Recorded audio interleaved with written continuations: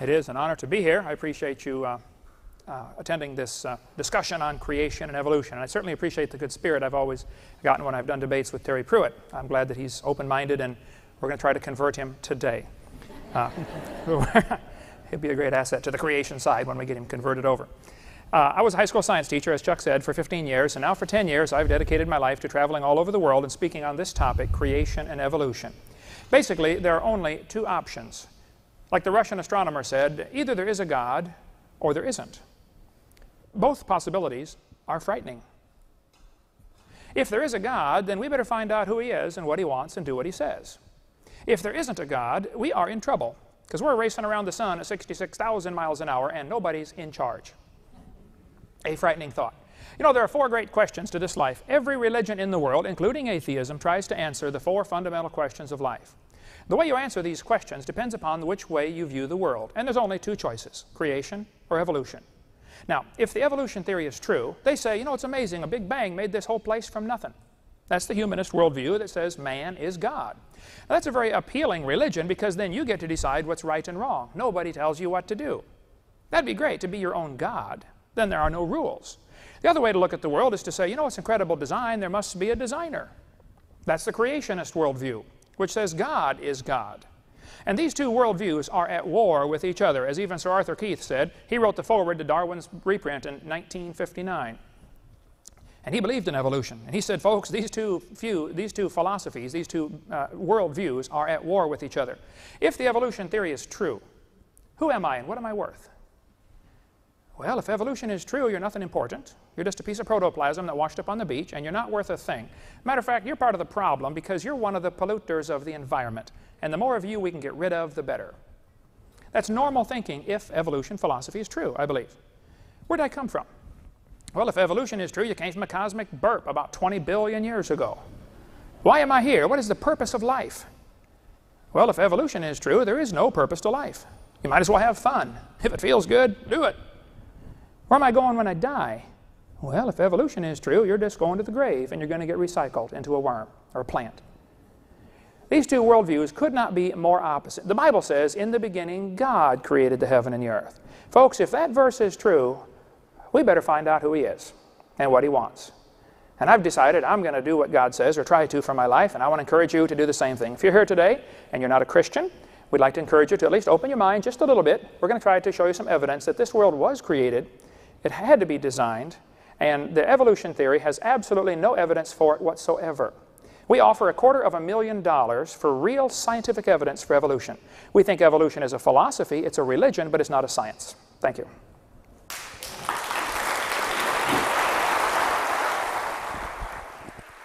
I'm Terry Prewitt, and I have been teaching evolution for something like 25 years. During the time that I've been engaged in that process, there have been tremendous changes in the fossil record and tremendous changes in our understanding of the processes through which human origins and the origins of all of the specific kinds of life on this planet or other life that we've ever encountered are linked.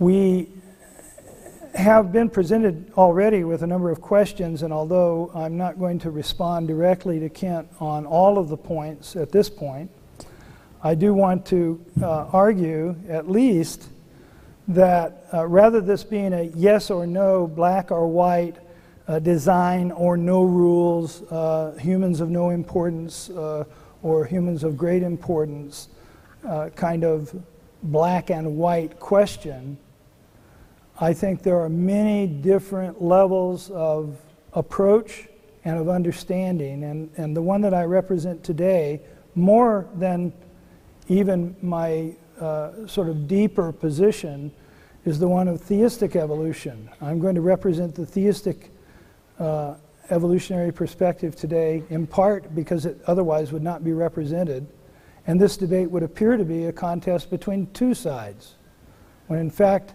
it's a contest that involves many different elements in a continuum of ideas and processes and thoughts that have gone over many centuries.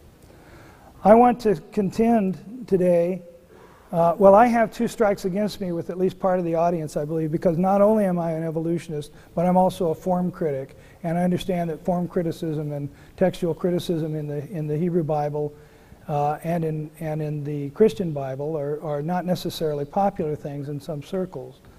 But I treat God's text, or what many would consider God's text, as a human product. It is a text about God, and it is a text about the particular beliefs that have given us the religious and many of the spiritual traditions of our time. I live in a world where the Bible is considered God's text, even if I don't treat it as my God's text. But I also argue that the world, which Kent has already asserted God created, is also God's text. And if we have an obligation to read the text of the Bible, then we also have an obligation to read the text of the world, and I don't believe Kent would disagree with me on that. And I'll leave that as my opening comment, and we'll come back in a little bit. Thank you.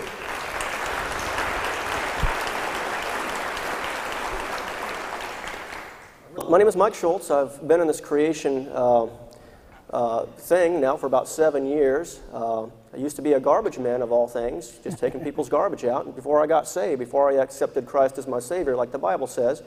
And I've always been interested in this topic. This is what kept me from being saved for 23 years of my life. And I got saved. Then I really started to study this topic and realized that the Bible's true. I am not a theistic evolutionist. I believe that God created everything, and He did it just like that. I don't think God has to use mutations in billions of years. I think the Bible, if you read it clearly says God created everything in the beginning. I think Jesus put that Adam and Eve, like Mark 10:6 says, at the beginning. I don't believe in any form of evolution. I'm here today because basically of what 2 Peter 3:3 says. I'll throw it up here on the board for y'all.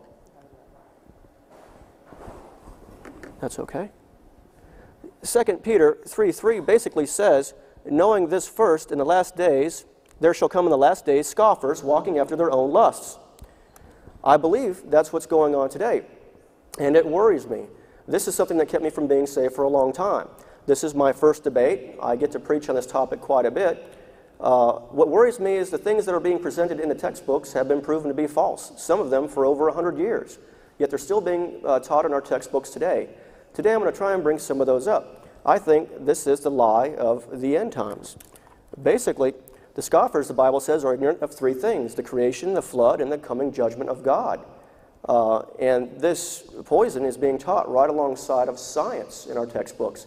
It's being portrayed as science, but as Kent has already said, it's not science at all. Things are being taught that we came from a microdot. It's just incredible, but there's no science behind it. Many of these claims that are being taught every day have no scientific evidence. There's nothing behind it whatsoever. I'm afraid that when you're being taught that you're an animal and you share a common heritage with earthworms, that the end product will be you'll end up like this. And you don't have to live like this. God created everybody in His image. He created you in His image, and He's got a wonderful future for you. Adolf Hitler said, if you tell a lie long enough, loud enough, and often enough, the people will believe it. He also said people are more likely to believe a big lie than a small one. I believe evolution is that big lie, and it's led a lot of people astray, and it's definitely been detrimental to science. God gave man a mind for science to draw man to Him, and that's what's happened in my case, and I hope to represent that side today. Thank you.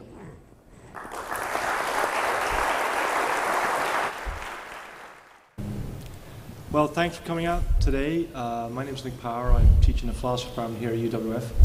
I'm not a biologist, and I'm certainly not a theologian, so all I hope to do today is give you some reasonable grounds upon which you can make a decision, if you need to make a decision about this issue. But I should say, by way of introductory comments, this debate is kind of unfortunate, right? I mean, this debate needn't be, in this room, needn't be, but the broader cultural debate is very unfortunate. It's very divisive, and it's being fought out in school classrooms and boards of education all over the country, and that's at least divisive and unproductive. That's not where it ought to be fought out. But it's being fought out there for a deeper reason, I think, And that's because I believe our guests today here are threatening a Christian worldview much more than Darwin or Hume or any secular humanist ever did. That's because if they are right, if they're on the right track, then Genesis and the account of Genesis has to come over onto scientific terms and go into a lab and stand head to toe to the National Science Foundation and all the universities and all the research institutes around the world who are exploring and making progress in evolutionary terms and in evolutionary theory and refining that theory. Genesis has to stand up to all those guys and girls. And I think you lose. I think that debate, if they're on the right track, is a losing one. So if I was a Christian in this room, I would be on my side, particularly on Terry's side, and believe in theistic evolution, right? Just so you understand, theistic evolution is the view that it's a version of theism, and theism just says that some divine power is required to, some supernatural force or divine power is required to get this business we call the universe rolling.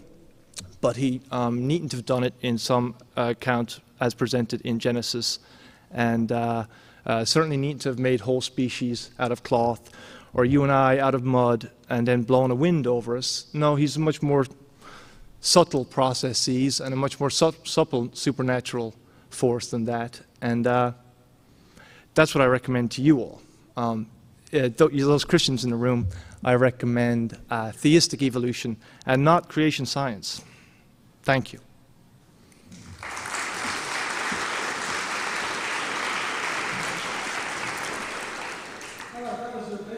Welcome Genesis to go into the laboratory and be tested. I'd like to see any scientific evidence that discredits anything told in the book of Genesis. The book of Genesis tells us all the animals are going to bring forth after their kind.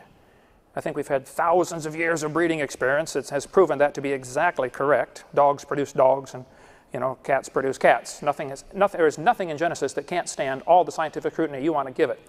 As far as from the philosophy end, let me tell you how this all started. Back in the early 1800s, the geologic column was invented. By the way, the geologic column is a hoax. It does not exist any place in the world except in the textbooks. The geologic column teaches that each of these layers of rock strata that we see are millions of years different in age. This kind of set the stage for people to begin to doubt the Bible in the early 1800s. We have ample evidence that those rock layers are not different ages. There are polystratofossils, rocks running up through multiple layers. These petrified trees standing straight up are very common. They're found all over the world. I've seen dozens of them. The petrified trees in the vertical position indicate the rock layers are not different ages. I don't know how many states they've been found in, but quite a few places where they have coal, they find these polystratofossils. But this geologic column is what convinced Darwin that the Earth was millions of years old. As Darwin sailed around the world in 1831, let me get here a second. As Darwin sailed around, he began to read a book by Charles Lyell that had been published in 1830. Darwin graduated from Bible college to be a preacher at age 22. When he got this job to sail around on the Beagle, he wasn't paid anything. He couldn't find a paying job. His dad or somebody helped him get this job on the Beagle. He was not a scientist. He was a preacher. But as he sailed around, he read the book by Charles Lyell, and that book changed his life forever. He began to have serious doubts about the Bible. Later in life, Darwin said, "Disbelief crept over me slowly. I felt no distress." And many Christians go to universities and slowly begin to disbelieve the Bible. Not because there's any scientific evidence given against it. I think it's mostly because of peer pressure or the mocking that some people do. They mock God's Word. I would say the theistic evolution position would certainly not be at all what I would take. A God that has to use suffering, misfits, death, a God that doesn't know what he wants first time and can't make it right in 6 days like he said, that's a retarded God. I would not worship that one at all. Certainly not the God of the Bible. As Darwin sailed around, he came to the Galapagos Islands. Here on the Galapagos Islands, Charlie noticed there were 14 varieties of finches. And right here is where the whole problem, I think, comes to a head. Darwin observed these varieties of birds, and he concluded probably all these birds have a common ancestor. I bet you're right, Charlie, and it was a bird. And then he concluded we can draw this another step and say this proves the birds and the bananas are related. Ooh, and I would disagree with that. One person said, oh, Charlie never said the birds and the bananas are related. Oh, well, sort of. In his book on page 170, Charles Darwin said, it is a truly wonderful fact that all animals and all plants throughout all time and space should be related to each other. It looks to me like he's saying the birds and the bananas are related. Charlie observed what we call microevolution. Dogs producing a variety of dogs. Birds producing a variety of birds. That's a fact, folks. That happens. Nobody argues with that. Microevolution is certainly true. And I would not argue with that for a second. The whole problem, I think, in universities and across the world with this evolution-creation controversy, the whole problem is the definition of that word, evolution. I think students are being deceived because one definition of microevolution certainly is scientific. Dogs produce dogs. You might get a big dog or a little dog, and they probably had a common ancestor. It could be the dog, the wolf, and the coyote are related. I wouldn't argue about that. But a 3-year-old will tell you it's the same kind of animal. Let's put a dog, a wolf, a coyote, and a banana on the table.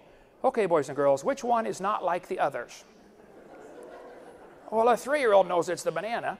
Okay, it could be that the horse and the zebra came from a common ancestor. I wouldn't argue about that. But stand 30 feet away and look at them. You're talking about the same kind of animal. That's not evolution. The Bible says the animals will bring forth after their kind. That's all that's been observed. See, the problem is this word evolution. There is cosmic evolution. That's the Big Bang. There's no evidence for that whatsoever. There's chemical evolution. How do you get from hydrogen, which the Big Bang produced, hydrogen and helium, how do you get to the higher elements? How did that happen? How do you get stellar and planetary evolution? Nobody's ever seen a star form. Some people say, well, we think there's one forming in Crab Nebulae. Well, we haven't seen one yet. There's organic evolution, the origin of life. Nobody's ever seen that. Macroevolution, changing from one kind to another. Nobody's ever seen that. And then we have microevolution, which certainly does happen. The first 5 are religious. They are not scientific. And I resent my tax dollars confusing the kids into thinking all of those are related. They're all the same. They are not the same.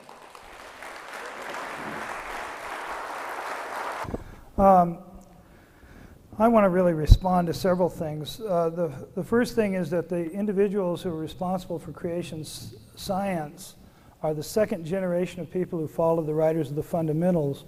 The fundamentals being a series of tracts that were written between around 1914 and 1919 by conservative Christians who were alarmed with the success of biologists in essentially selling the evolutionary model to the Christian community.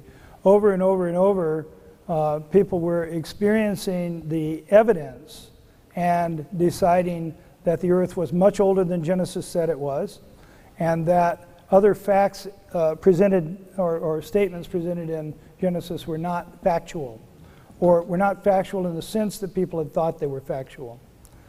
As it turns out, it is clear that Genesis is merely one of many kinds of creation stories and origin myths which has been presented over the eons by different groups of people.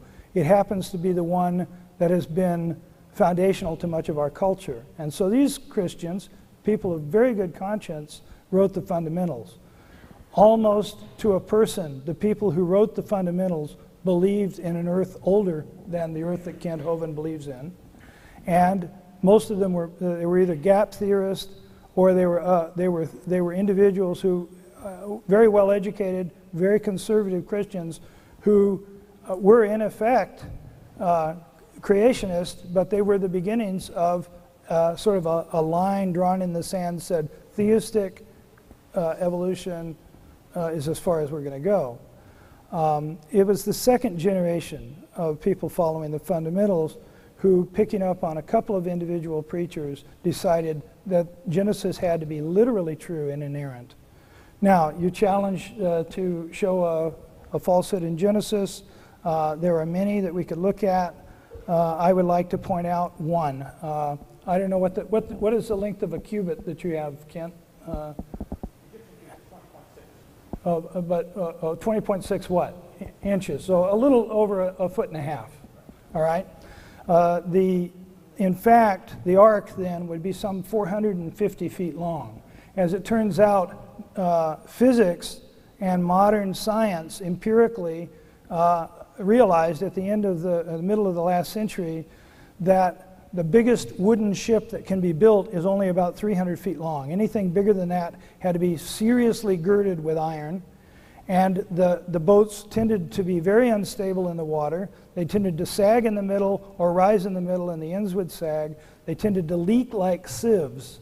and they tended to be very unseaworthy, and so they quit making them. And in fact, one of the things that caused us to go over to steamships was the complete instability of sailing ships or other kinds of wooden ships, wooden structures made for water over 300 feet length. So, in addition to making the ark, Noah has to depend upon the miracle of God to keep it from sinking.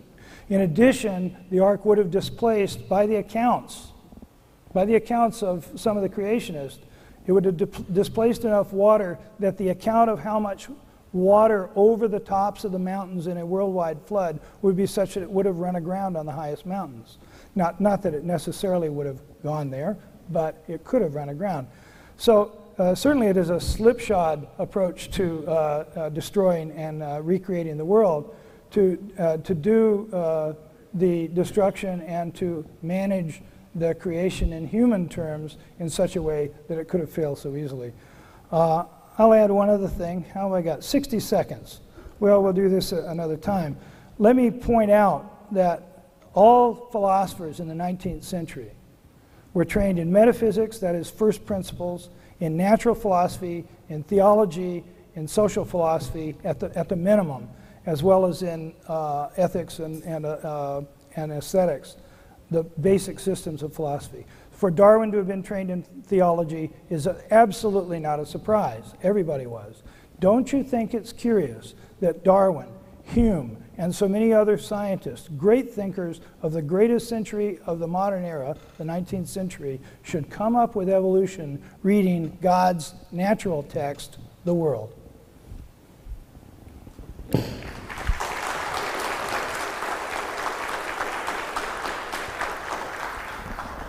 Sir, Mike, you have 5 minutes. Thank you, sir. Just a few quick things. The debate's not on Noah's Ark. No, it has been discovered, and it was not discovered in 1978, and the Turkish government has it, built a visitor center for it and a road to it. You can watch them dig it up today if you like. I'd love to show pictures of it at the end of the show if you'll let me.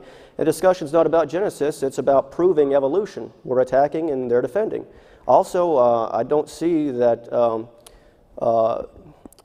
I don't think God would use evolution. It's not the clear teaching of Scripture. You would not be able to read the Bible and come away with evolution unless you came to it with that preconceived ideal from a public education. I don't believe God is cruel. He doesn't need misfits and mutations to make everything. He can make it right the first time. I think there's many indications just in nature He's given us where bees need flowers and such.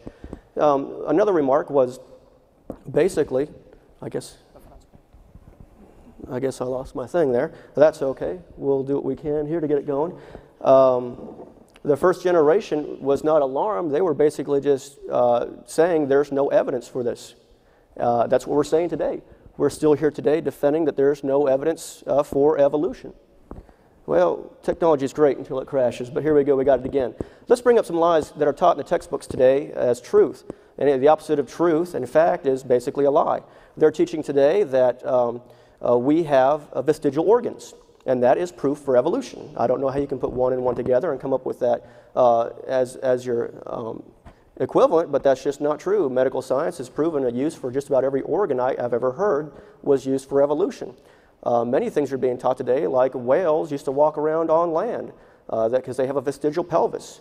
I'm sorry, that whale needs that pelvis just to reproduce. Some very special muscles anchor onto that.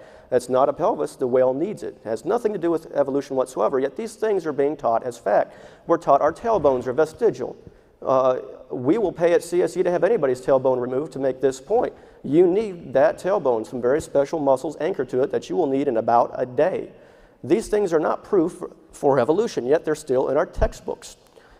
Even if there were some vestigial organs, that would be the opposite of evolution. These lies are mixed in with science, and we love science at Creation Science Evangelism. We know real science, like these lights and computers, will draw you to God. But there's a poison mixed in. Right now, today, I probably would not have a hard time finding this in probably a biology textbook from this campus. Haeckel's drawings of a baby going through supposedly all the steps of evolution before it becomes human. Well, this was proven to be a lie almost 100 years ago. Haeckel was convicted of fraud at his university, University of Jena. I guess that slide's not going to come up today. all the supposed evidence they have, fossil evidence for the cavemen, those have all been thrown out, not just by the creationists, but by the evolutionists themselves. It doesn't matter. Look at the cavemen, Neanderthal, built up from a pig's tooth. Piltdown man, built out, it was a fraud. These people were shown to be frauds. It was a human skull and an ape's jawbone. For 40 years, that was in our textbooks, leading students astray as divine, supreme proof for evolution. I wonder how many kids doubted the Bible because of this and died and went to hell because of this lie. It certainly was not a fact. It certainly was not proved at that point, and it certainly still is in many textbooks across the country as proof for evolution when it's been proven wrong. Neanderthal man, that was a man with arthritis. They saw the skeleton, it was bent over. They said he's halfway from ape walking on fours to a man walking on twos. It was an old man with arthritis. He was halfway going down. These things are ridiculous, but they're still in textbooks today. Lucy, the problems are incredible with Lucy. The remains are from different animals, remains found scattered over miles at different depths, and that's even if you believe in the geologic column. Lucy's knees were not her own. There was nothing below the hips, yet they put feet, human feet, on the displays and in the pictures in the textbooks and at zoos. Donald Johanson claimed that this angled femur proved that she was evolving. All tree-dwelling monkeys have an angled femur so they can get a better grip on the limb they're on. And he said, well, after that, well, the bigger bones proves it's evolving. No, it just means it's a bigger animal. You would not look at a Clydesdale horse and think it's turning into a Mack truck because it's heavy boned. And Lucy is a modern chimp, alive and well in Sumatra. And just number 7 alone, I think, is good proof for a divine creator made right the first time. There's an article showing right there, Lucy's alive and well in Sumatra. Creation Ex Nihilo magazine, March through May, 1996, page 8. If you want to read more on this, just get Marvin Lumenau's book, Bones of Contention. Folks, there's a lot of things being pushed as truth and fact that are not and have been proven wrong for many years now. And we're not alarmed at evolution. We're alarmed that so many lies are being used to push it.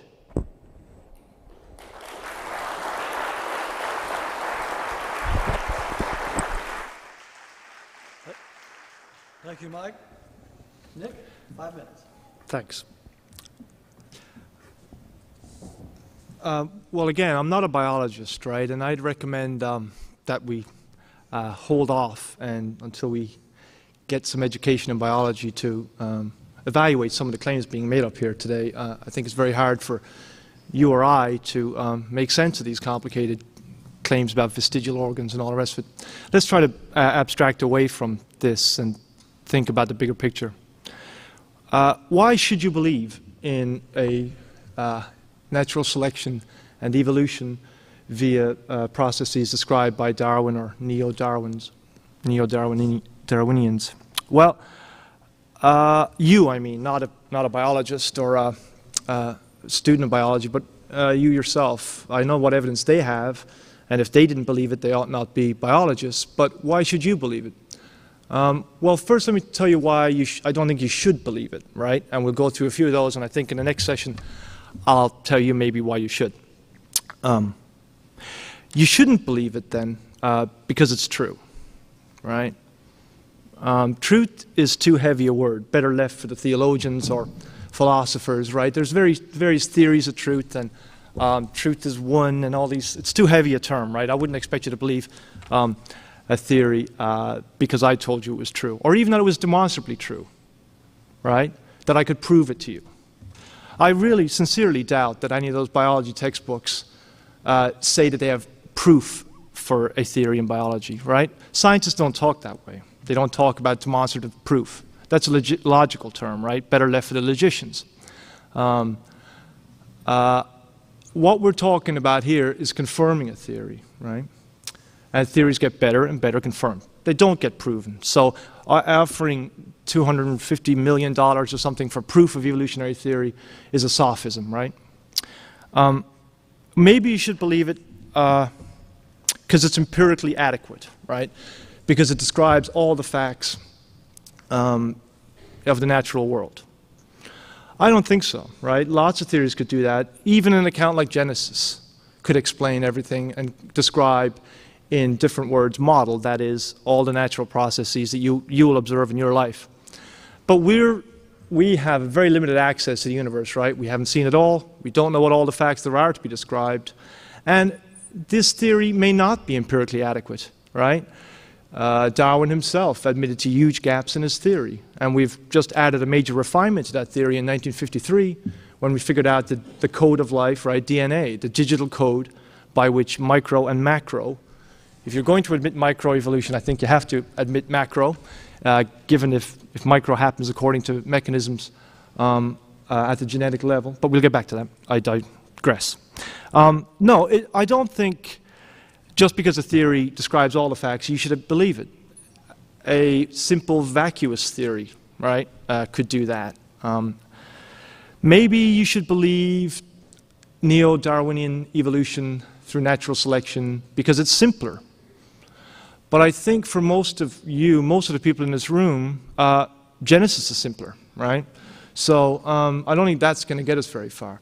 And the same with aesthetically beautiful and pleasant. I mean, perhaps for a biologist like Dr. Gould up there or other biologists, they can see the simplicity and the elegance in neo-Darwinian evolution, but I can't, frankly. Science is hard, right? Myths are easy, and they're meant to simplify. Maybe you should believe it, because as I said before, the vast majority of informed and reasonable professional people do, right? Maybe you should believe it because all of the scientific boards and all of the people who we trust, right, to cure our diseases and to inquire into the natural world, maybe you should believe it because they do. But no, you shouldn't, right? That's another bad reason to believe it. Just like I'm not going to tell you what to believe based on authority, neither should my opponents, right? You should, those scientists don't give you a reason why you should believe it, right? You have to figure it out for yourself. And that's, sorry, a harder task. But you have to be the one to evaluate the evidence. And I think when you do that, the reasonable conclusion is that the world is more than 6,000 to 10,000 years old, and life forms have evolved from simpler ones through mechanisms involving DNA. Cheers.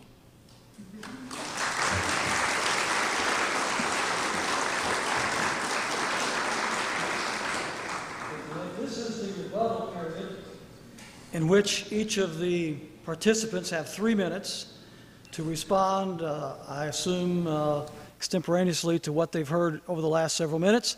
So, Kent, take it away. 3 minutes. All right. Well, I appreciate that. I want you to notice throughout this discussion today, Mr. Powers has referred a few times to Genesis being simpler. I think there's a subtle connotation in here, like, if you believe that, you're dumb. Scientists know, they know better. You know, it's kind of the I'm smart, you're dumb philosophy. I mean, any philosopher should know that's it's not good logic. Okay, and to say Genesis is simpler, here you are saying that, you know, I believe it is pretty simple. It's written, and I believe it's exactly the way it happened. And I don't think you have to be stupid to believe that. I got an IQ about 160 and taught science 15 years and debate on this topic all the time. There simply is no evidence for evolution. I think it's simple to see dogs produce a variety of dogs. And to assume that this proves that micro proves macro, which is what he said, I disagree 100%. It takes a giant leap of faith and logic to go from micro to macro. Nobody's ever seen a dog produce a non-dog. What we have here is a classic case of bait and switch. If I said, boys and girls, I got a new Mercedes for $10, people would line up for 10 miles down the street to get that thing. And when they got there, I'd say, well, we just sold it. How about look at this one? It's only $99,000. Bait and switch is illegal, folks. People get thrown in jail for that, for advertising. False advertising. And yet your textbooks at this university give the kids a classic case of bait and switch. They give them a definition for evolution, like descent with modification. This 1999 edition textbook that I just reviewed last week for the school system says evolution means a change over time. That's not really what they mean. Here it says evolution is defined as a change in species over time. This is deceitful. What happens is they get the kids to believing in evolution with this definition, which is true, but then they switch them. They slip in the real meaning, like cosmic evolution, Big Bang, organic evolution, the other 5 that I mentioned, for which there is no evidence whatsoever. I come from Illinois, corn country. There's all sorts of corn up there, folks. And you can crossbreed your corn. They have to number them. There's so many different varieties of corn, they name them and number them. But you're never going to get a hamster or a tomato or a whale to grow on that corn stalk, okay? You're going to get corn. See, variations happen. You get a variety of dogs, a variety of cows. Variations happen, but they have limits. And somehow the evolutionist either doesn't see this or doesn't understand it or doesn't want to admit it. But yes, we have varieties, but there are limits. Farmers try to breed for bigger pigs, don't they? Do you think they'll ever get a pig as big as Texas? No, there's a limit in there someplace. And the limit is what Genesis said they would be, after their kind. Roaches become resistant to pesticides after a while. They do. But they never become resistant to a sledgehammer. There's a limit to the resistance. And I don't know how somebody can believe we all came from a rock over 4.6 billion years. Evolution doesn't happen. Variations happen, but they're the same kind of animal. You might get a big dog or a little dog, but that's not evolution. It's just a variety. And the gene pool already contained that information. Gene pool is much more limited of the new variety. That's not evolution. And genetic information is lost with all these changes. Nothing is gained. And people like Niles Eldredge will admit there is no evidence for this theory. We'll get into that next time.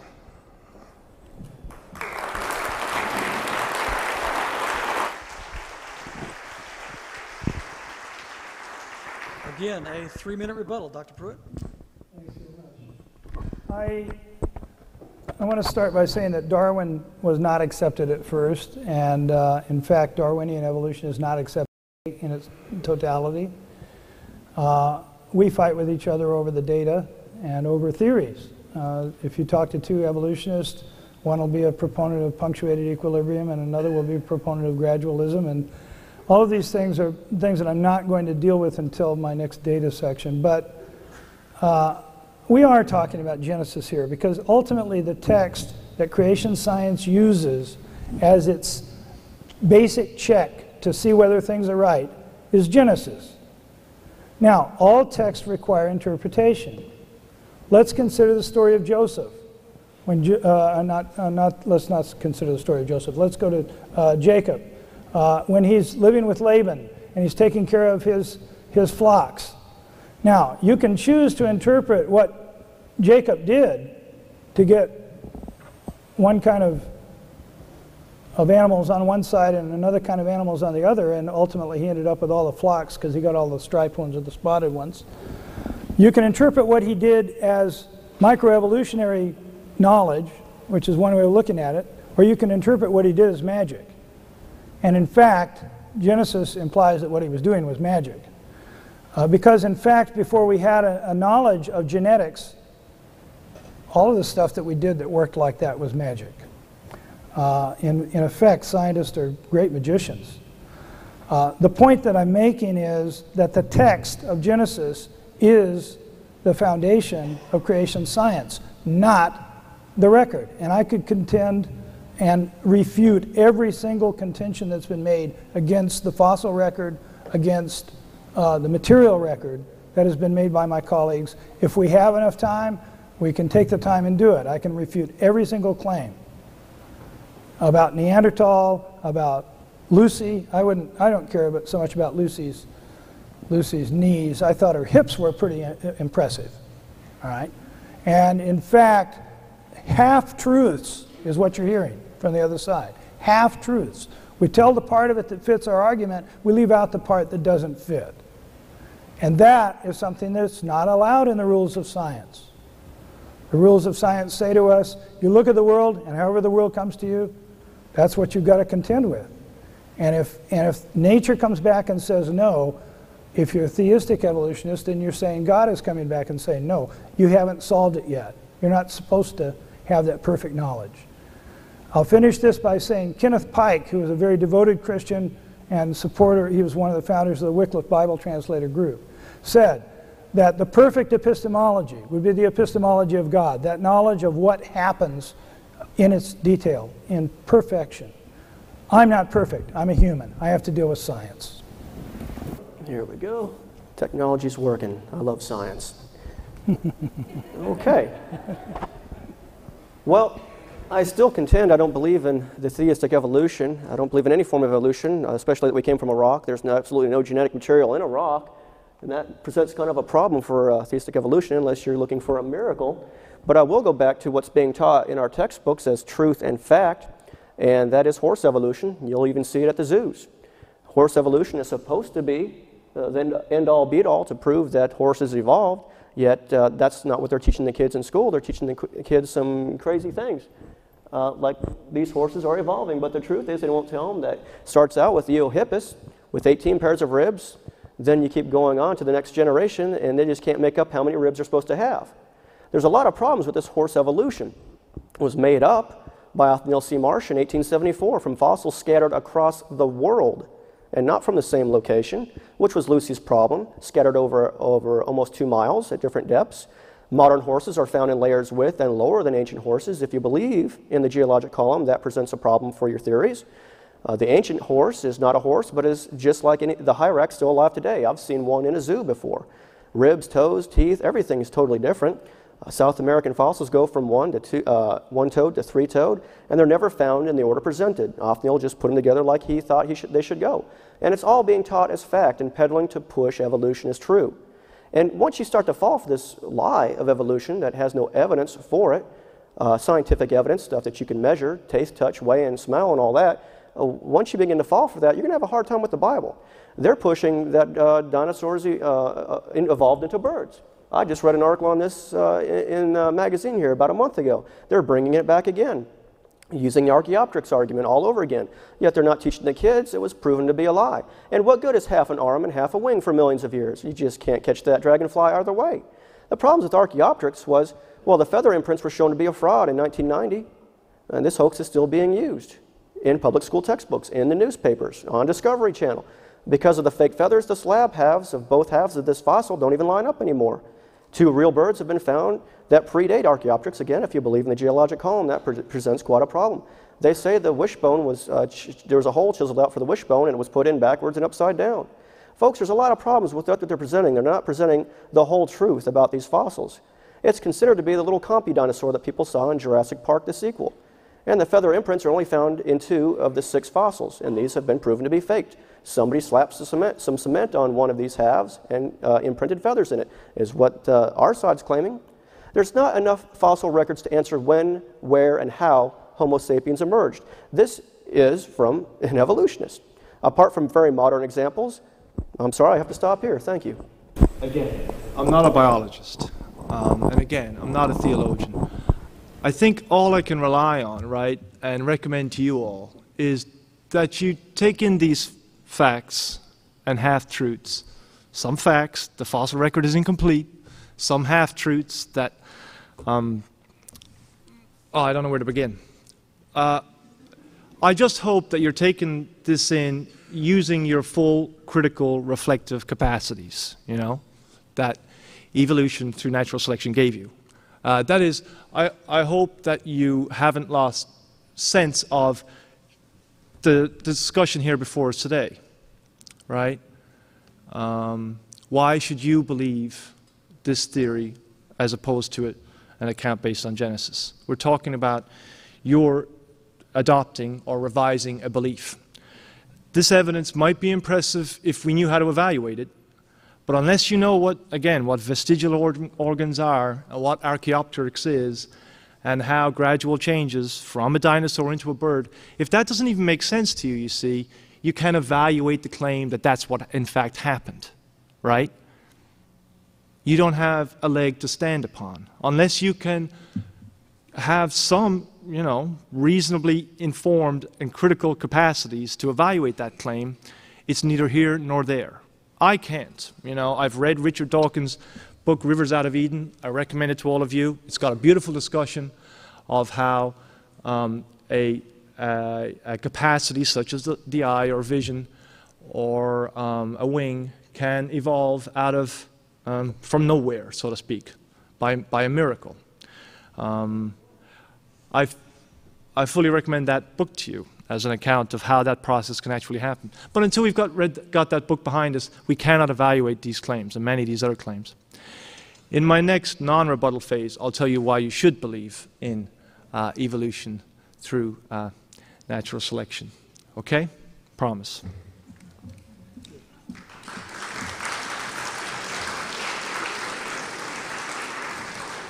Okay, well, we are to that section. It's the data section. Ken Hovind, you have 5 minutes to present your material. Well, my seminar is 15 hours long, so we're going to have to really rush here, aren't we? I certainly, I will have to say right up front, I resent both of these gentlemen saying we're presenting half-truths. I would like you to be very specific. Pick on one, please, and show me. And also, you keep saying there's evidence for evolution. I'd like you to be very specific. Give me your best shot. Give me the first best evidence you've got. I really would like to see it. I'm telling you there is no evidence whatsoever for any evolution above the microevolution level.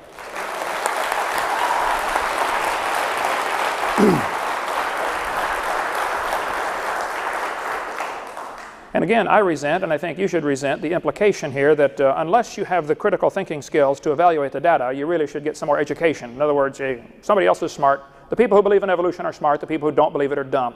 To me, that's what's coming across loud and clear. Okay, one of the evidences used for evolution, and I taught biology and earth science for 15 years, one of the evidences that's in every textbook I have seen is the fruit flies. They're going to say they did experiments with the fruit flies. Since you get a new generation every 11 days, they can prove evolution of millions of years compacted into one human lifespan. After nuking and radiating and microwaving these flies and getting them to cause all sorts of mutated babies, they got flies with curled wings. They'd fly around, bzz, bzz, bzz, couldn't go anywhere. They got flies with no wings. That's a crawl, not a fly. They raised all sorts of mutated flies. They never got a beneficial mutation. None of the millions of flies that were raised in laboratories ever showed any improvement. Every one was detrimental. But somehow, in their twisted logic, these guys who did this experiment said, you know what, all the mutations we observed were worse off. Now that's a good observation, and I would agree with that. But then they concluded, this proves flies have evolved as far as they can go. Now that's a lousy conclusion to reach from the data. What you should conclude is God made them right the first time.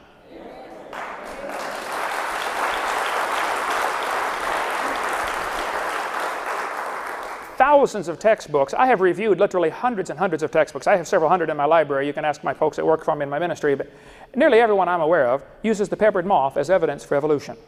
They counted the moths on the trees and found out they were 95% light and 5% black. In the areas where they were burning coal in the factories, the trees turned black, and so they claimed they were 5% white and 95% black. Turned out later the experiment was a complete fraud. Only exactly two moths in 40 years were ever seen resting on trees. They had to glue the moths to the tree and glue a dead stuffed bird to the tree to take the picture as evidence for the theory. The whole thing has been discredited. It is still in textbooks now, though. The purpose of this discussion today is to show what evidence do we have for evolution. What Mike and I think are trying to do, instead of going off in the philosophical realm, we're trying to say, look, there is no evidence. Everything they're telling you that is evidence is not evidence. It's false. The moth evolution is not evidence for evolution. But the students are taught this in every textbook I'm aware of. Actually, it's evidence for design. Then they have the gall to tell the students to think critically with a question like this: do you think humans are still evolving? That's one of those loaded questions like, have you stopped beating your wife yet? There's no way for a kid to answer that question. The question assumes evolution happened. This is not teaching them how to think. This is teaching them what to think. That's a Soviet-style indoctrination type question.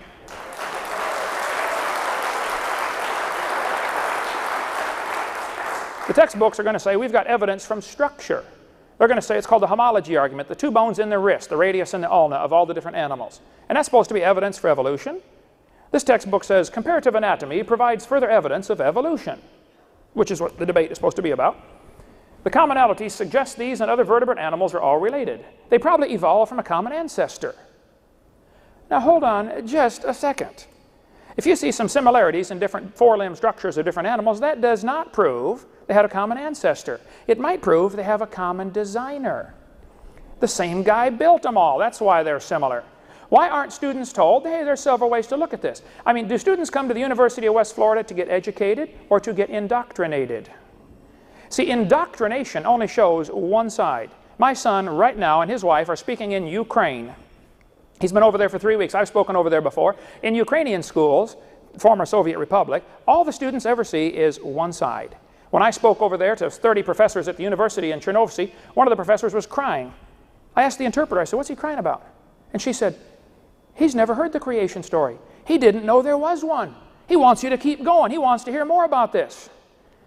And the students at the University of West Florida need to see both sides. The evidence for evolution is defunct. There's none.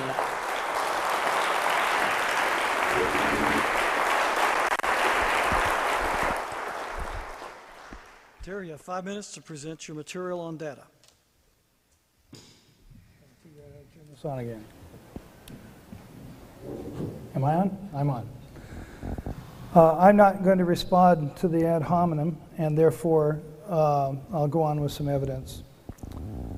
First of all, the theory of evolution is dependent. The synthetic theory of evolution, which is what we pursue today, is dependent upon 4 primary premises. These are the principles through which evolution works. They're natural selection, isolation, mutation, and I've forgotten the other one. Well, see, that's what education will do for you. You just forget. I'm getting old. That's the problem. Isolation, mutation, selection, and drift. I'm not going to explain those to you because it would take my whole 5 minutes.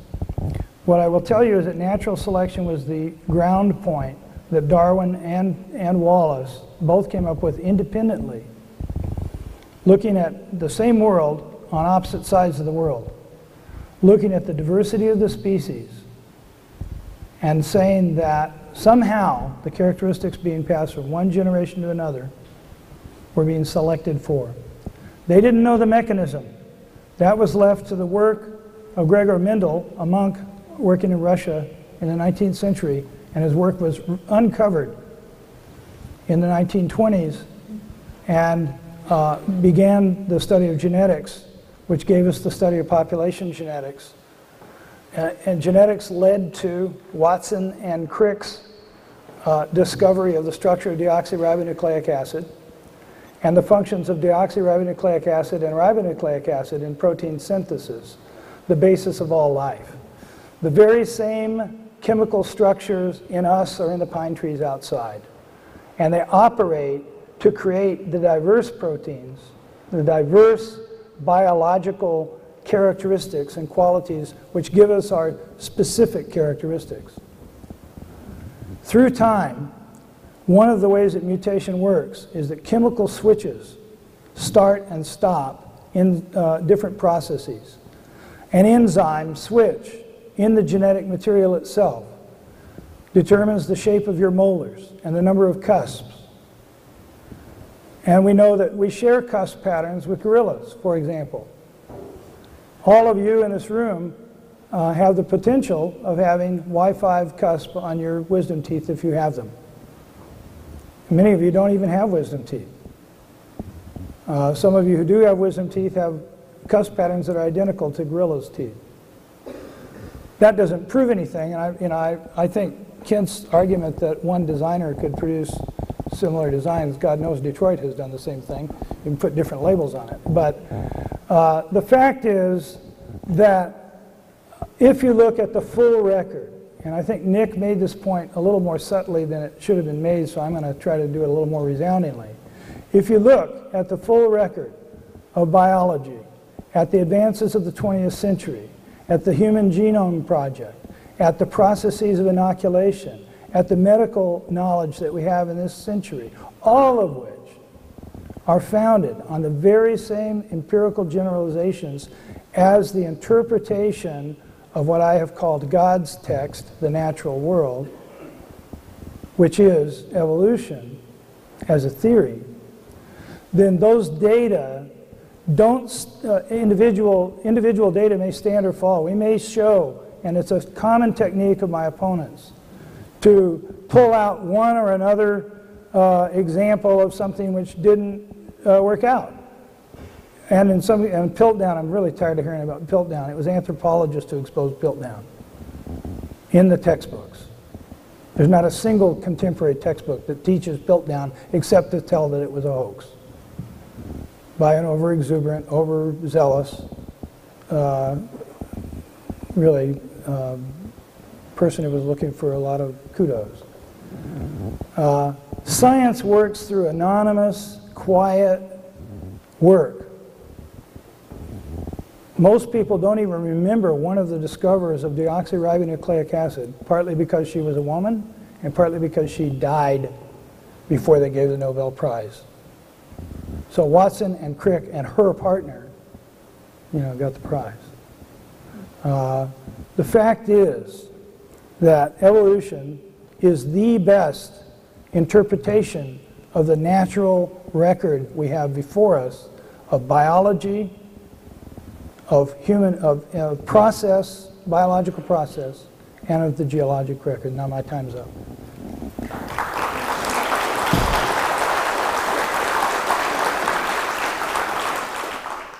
Mike, your turn. Thank you, sir.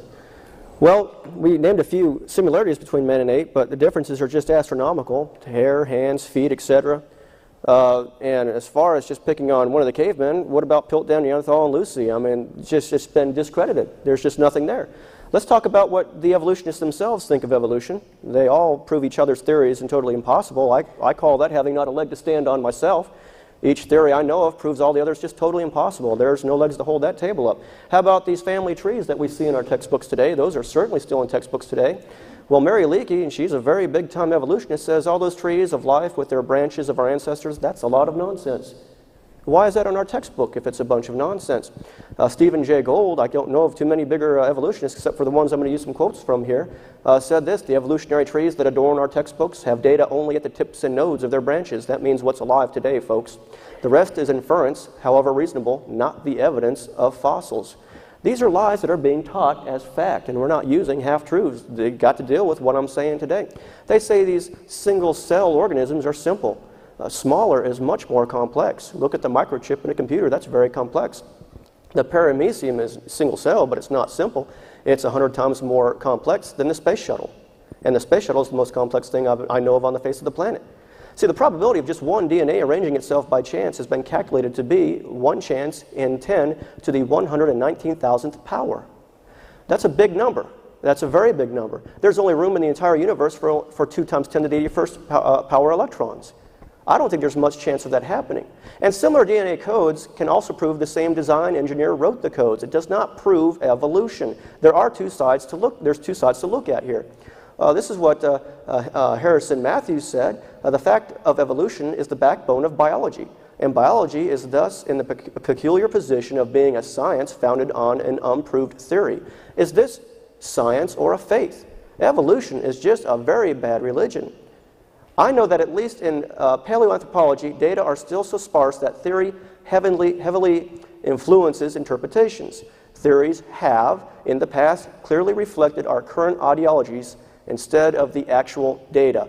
And ideologies and what people want to believe is what's being pushed in our science textbooks today. This is Dr. Colin Patterson, what he says.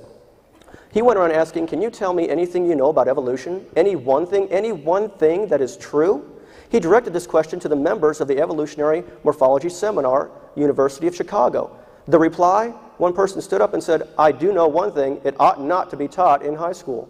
And I agree, it is not science, it is not fact. He even went further, replying to a letter one day, I fully agree with you on your comments on the lack of evolutionary transitions in my book. If I knew of any, fossil or living, I've never seen a living fossil, I would certainly included them. I will lay it on the line, there is not one such fossil. How come it's being used in our textbooks today as evidence for evolution? Why are Christians being made to feel like the minority? And it's just ridiculous, folks. David Rupp says in the years after Darwin, his advocates hoped to find predictable progressions in general. These have not been found. Yet the optimism has died hard, and some pure fantasy has crept into our textbooks. Evolutionists are saying this. This is not the creationist point of view. There are no missing links. The whole chain is missing. That's not what's being taught in the textbooks right there. The whole chain is missing. Absence of fossil evidence for intermediary stages has been a persistent and nagging problem for evolution. I'll say so. Stephen Gould said that. Big-time evolutionists. That's what they're saying, folks. I myself am convinced that the theory of evolution, especially to the extent to which it has been applied, will be one of the great jokes in the history books of the future. I believe we're seeing that now. Many scientists are now distancing themselves from evolution. Scientists who go about teaching that evolution is a fact of life are great con men. Folks, I'm just reading here quotes from what evolutionists say. Dr. Arthur Keith, evolution is unproved and unprovable. We believe it only because the only alternative is special creation, and that is unthinkable. And that is unthinkable to the anthropologist, I guess it's unthinkable to many of the scholars these days. Evolution is a fairy tale for grown-ups. This theory has helped nothing in the progress of science. It is useless. This has held back science for hundreds of years. It's just what happened to George Washington. He was sick. They taught the doctrine of humors back in his day. If you're sick, you've got bad blood. They laid him down, they laid his wrist open and bled him. They realized he was dying, so they opened up his other wrist. He died. They did wrong. Their assumptions were wrong. Their science was wrong. They were wrong. I'm afraid that our textbooks are dying right now. They're bleeding to death because there's not enough science in there. There's just fantasy. I will stop there.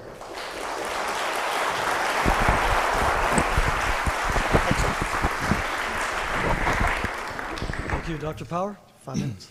Thanks.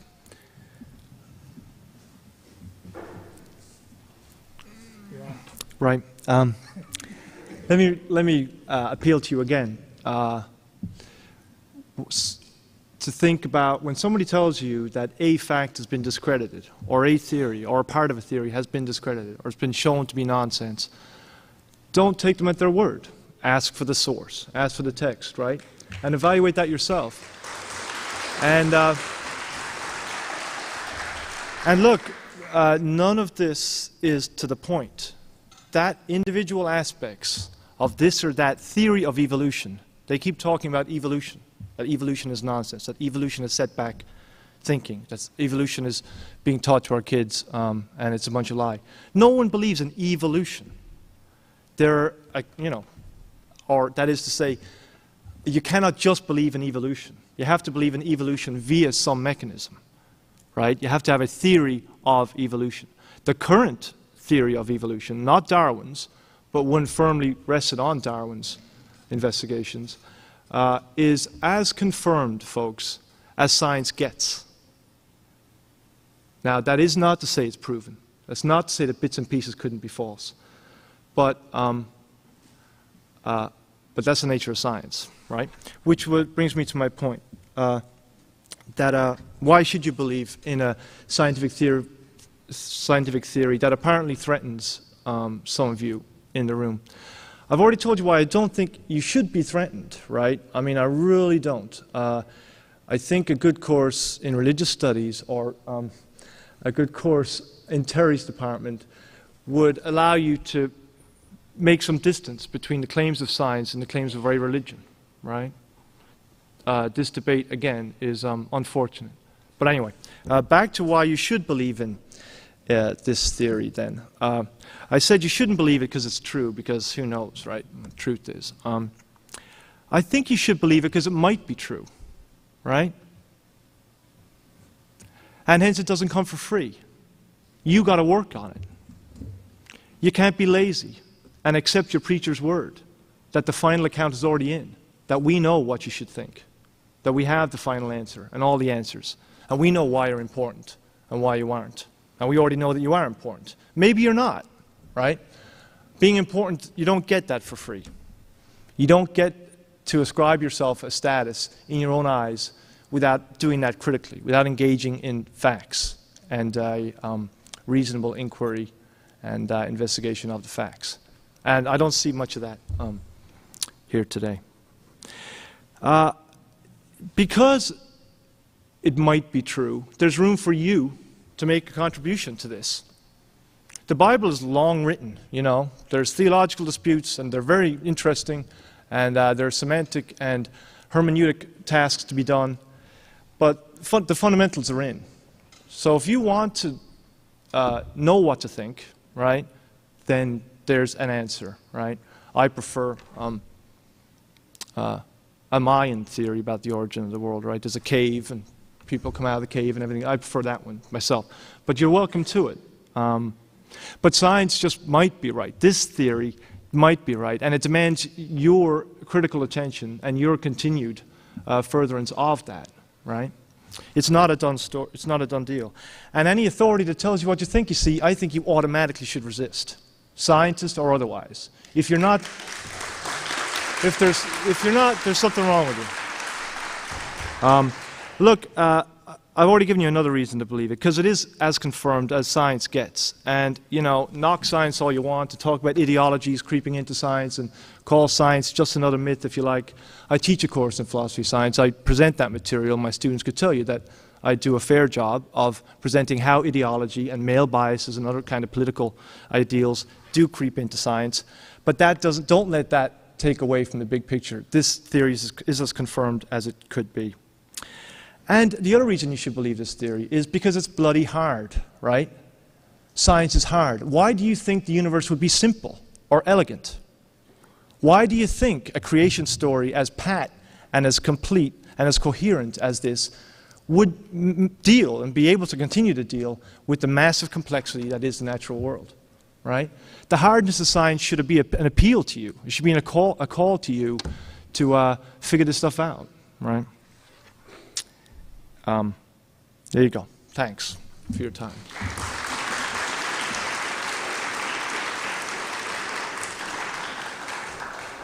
This will be the final segment before the question and answer period. This is a rebuttal period, a 3-minute time limit on each speaker. Kent, 3 minutes. All right, thank you so much. I'll say, first of all, I do not feel at all threatened by science. Genesis can handle everything science has to throw at it.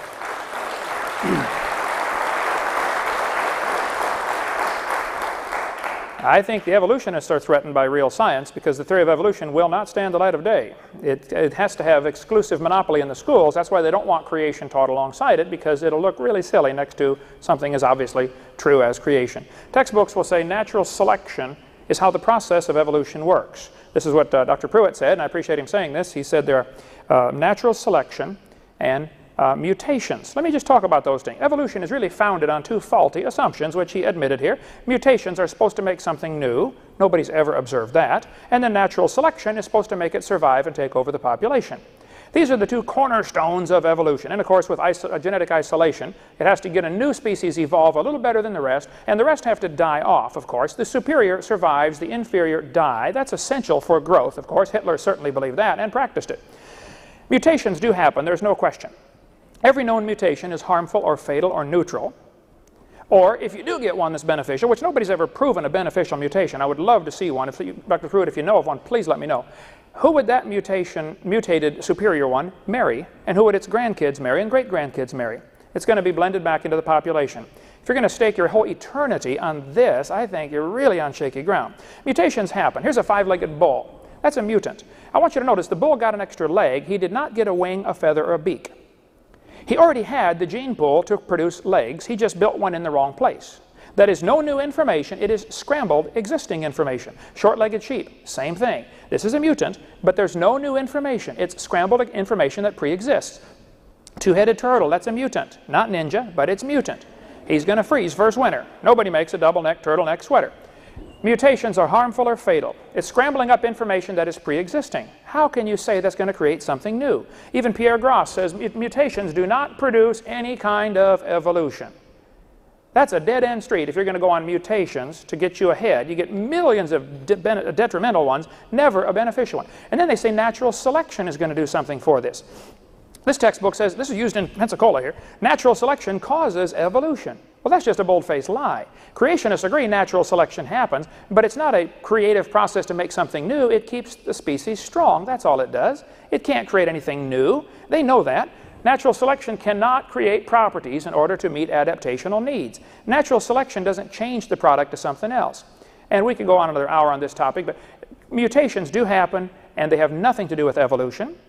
And natural selection happens, and that's proof of creation. God wants to make sure the weaker ones are weeded out so the whole gene pool doesn't become weak. It's got nothing. It doesn't change the species to something else. I certainly wouldn't rest my eternity on those 2 faulty assumptions.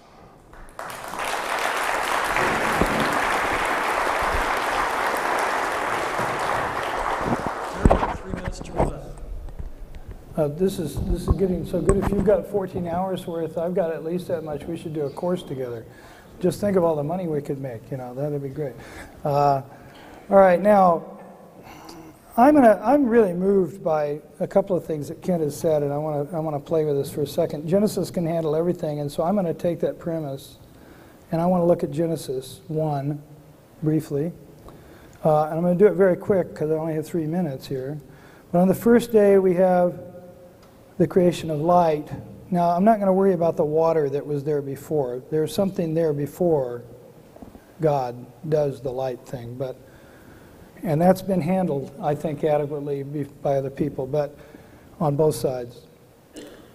Light is separated from dark, and we have day and night. And on the second day, the firmament is created, and we have sky and the waters below. And on the third day, the waters are divided, exposing the land. And as a sort of a coda to the third day, the plants are created. and the plants of all of the different kinds. Then on the fourth day, God creates the stars and the sun and the moon, the lights that light the day and the night, the things that occupy the day and the night that were created on the first day. On the fifth day, God creates the birds and the fishes. Actually, it's in the other order, the fishes and then the birds. The things that occupy the sky and the sea. And on the sixth day, God creates the animals of all the different kinds. And as an afterthought, because he's not satisfied with the qualities of these animals, not really as an afterthought, he creates humans in his own image. So that distinction between humans and the animals is certainly there in the creation story. And it's one that has been imbued in, it's an ideology which has been imbued in our philosophy for a long time.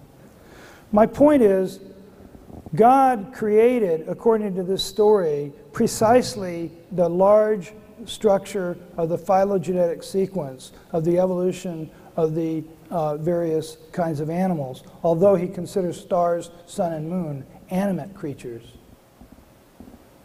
which is kind of an interesting thing.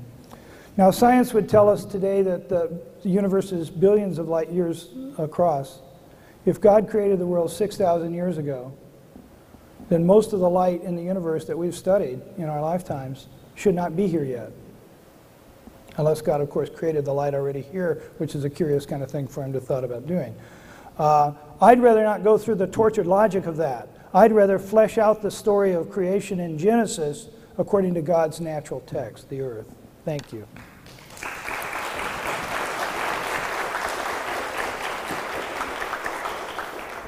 And once again, Mike, you have 3 minutes. Thank you, sir. Before I kick the projector on here in just a second, I wanted to speak to that. If we're going to talk about contradictions in the Bible or this starlight thing, just go to www.drdino.com. We've got a frequently asked questions page there that answers all these questions, I think, very adequately from a scientific viewpoint. And I want to keep the discussion to evolution, which is what I was told it was supposed to be. I do resent the fact that I'm just making things up, I guess is basically what you're saying. I gave sources for all my quotes at the bottom of the slides. I've got books on my table from which I drew all my material from. Come check out what I've got. I have nothing to hide. As far as, I guess, the philosophy here of believing in it, it just might be true. I think that's ridiculous. If you're going to stake your eternity on something, perhaps you should stake your eternity on something that has at least some backbone to it. Let's see here. Can I unblank this? Thank you, sir. Let's stake our eternities on something that has some backbone to it, why don't we? What about some scripture? He that believes on the Son has everlasting life, and he that believes not the Son shall not see life. Neither is there salvation in any other. Believe on the Lord Jesus Christ, and thou shalt be saved. I don't think I should get in trouble for that. We've wandered from the discussion topic already numerous times. You see, the big thing is since creation is true from my viewpoint, there is a creator. But if evolution is true, there is no creator. And you can't marry evolution with the Bible and claim that you believe in the Bible, or at least that the Bible is error-free. See, there's rules if creation is true. There's no rules if evolution is true. There's a purpose to life if creation is true. And there's no purpose at all if you believe in evolution. Folks, it affects every step of your life, everything you think, say, and do, how you react. If creation is true, man is a fallen creature in need of a Savior. The Bible actually might be right. If you want to stake your eternity on something that might be right, maybe you should go with something that has not been proven to be wrong. People have thrown stones at the Bible for centuries, but the Bible's still here and people live and die. Man is evolving with no need of a Savior. If evolution is true, man brought death into the world. If the Bible's true, if evolution is true, death brought man into the world. That's the opposite side of the coin. You can't marry Satan's lie of evolution with the Bible's truth of no evolution and special creation. It just goes on and on and on. It affects everything you do and think and say.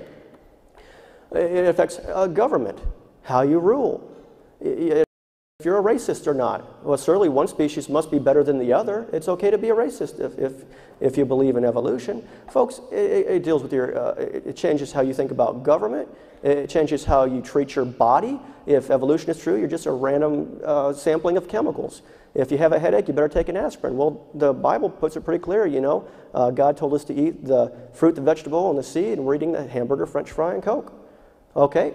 You don't take an aspirin. When you take an aspirin when you have a headache, you're just unplugging. I believe that Satan has been using this evolution theory and the resulting thinking since the Garden of Eden to lead people astray. And I think that's all evolution does, is confuse people and lead them astray. There's certainly no point to it. There's no science behind it. There's no facts. See, it's just crazy. I have time up. Thank you very much.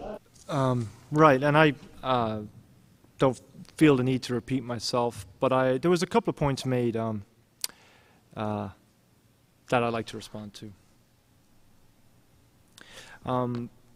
First of all, we shouldn't be begging big questions here about one's eternity and who gets to stake whose eternity on what.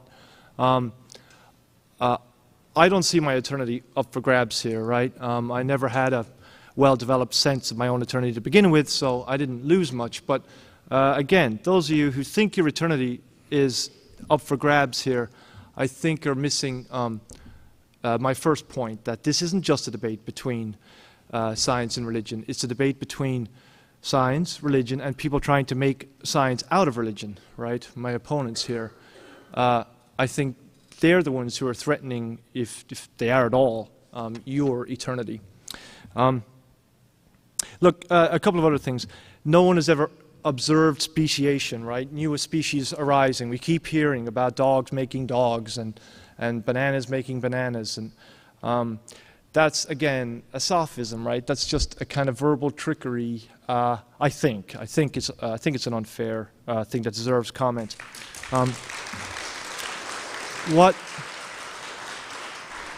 Our guests here are conceding that changes do occur over generations, right?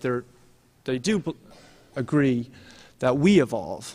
And if they believe that, and they're scientists, they have to give us a mechanism by which that happens, right? They have to tell us, how is it that we, this variation and development over time, not evolution, I'm not talking about evolution here, again, that's a buzzword, but just change and variation occurs. They're going to admit this. Well, once they specify a theory of the mechanisms that could possibly account for that, I bet it would look something like evolution by natural selection, and the selection being over genes, and things at the gene's eye level, right? That's what accounts for the variation in us. And once they can see that much, then why can't speciation, right, the differences between us, emerge into two different species? Like red squirrels and gray squirrels, right? They happen to be separated by a big body of water and can no longer interbreed, right?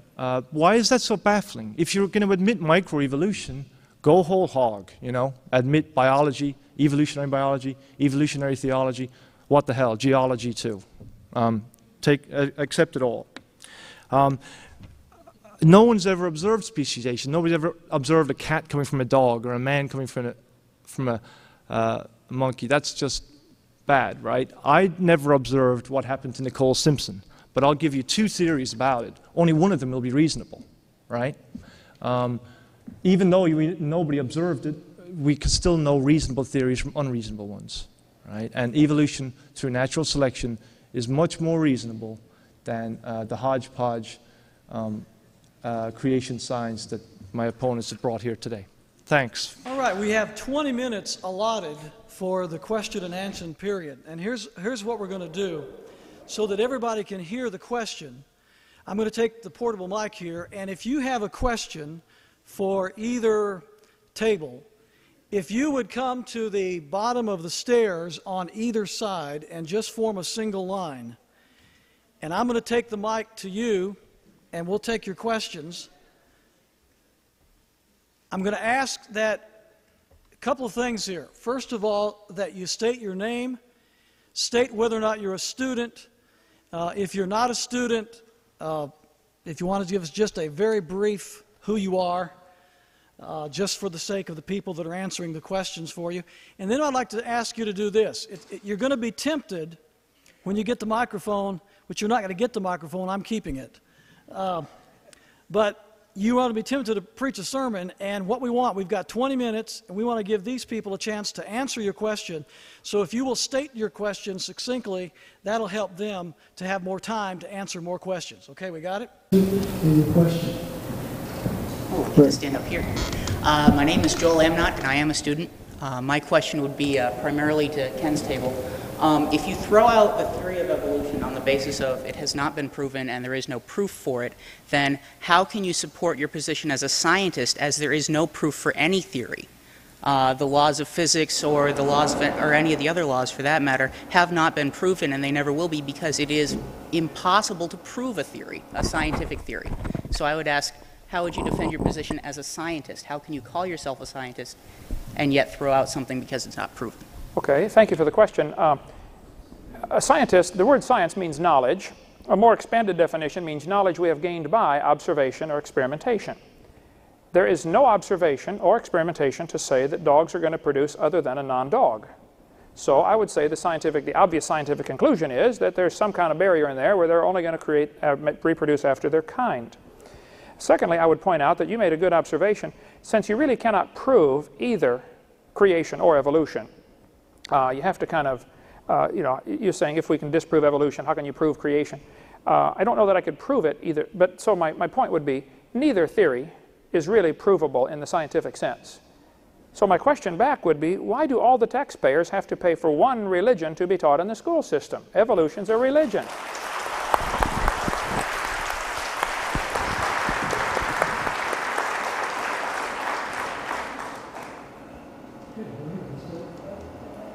Yeah, I think evolution is, if it is a religion, is a teaching which is consistent with the vast majority of Christians, with most of Judaism, and with virtually all of the other religious perspectives in the world. My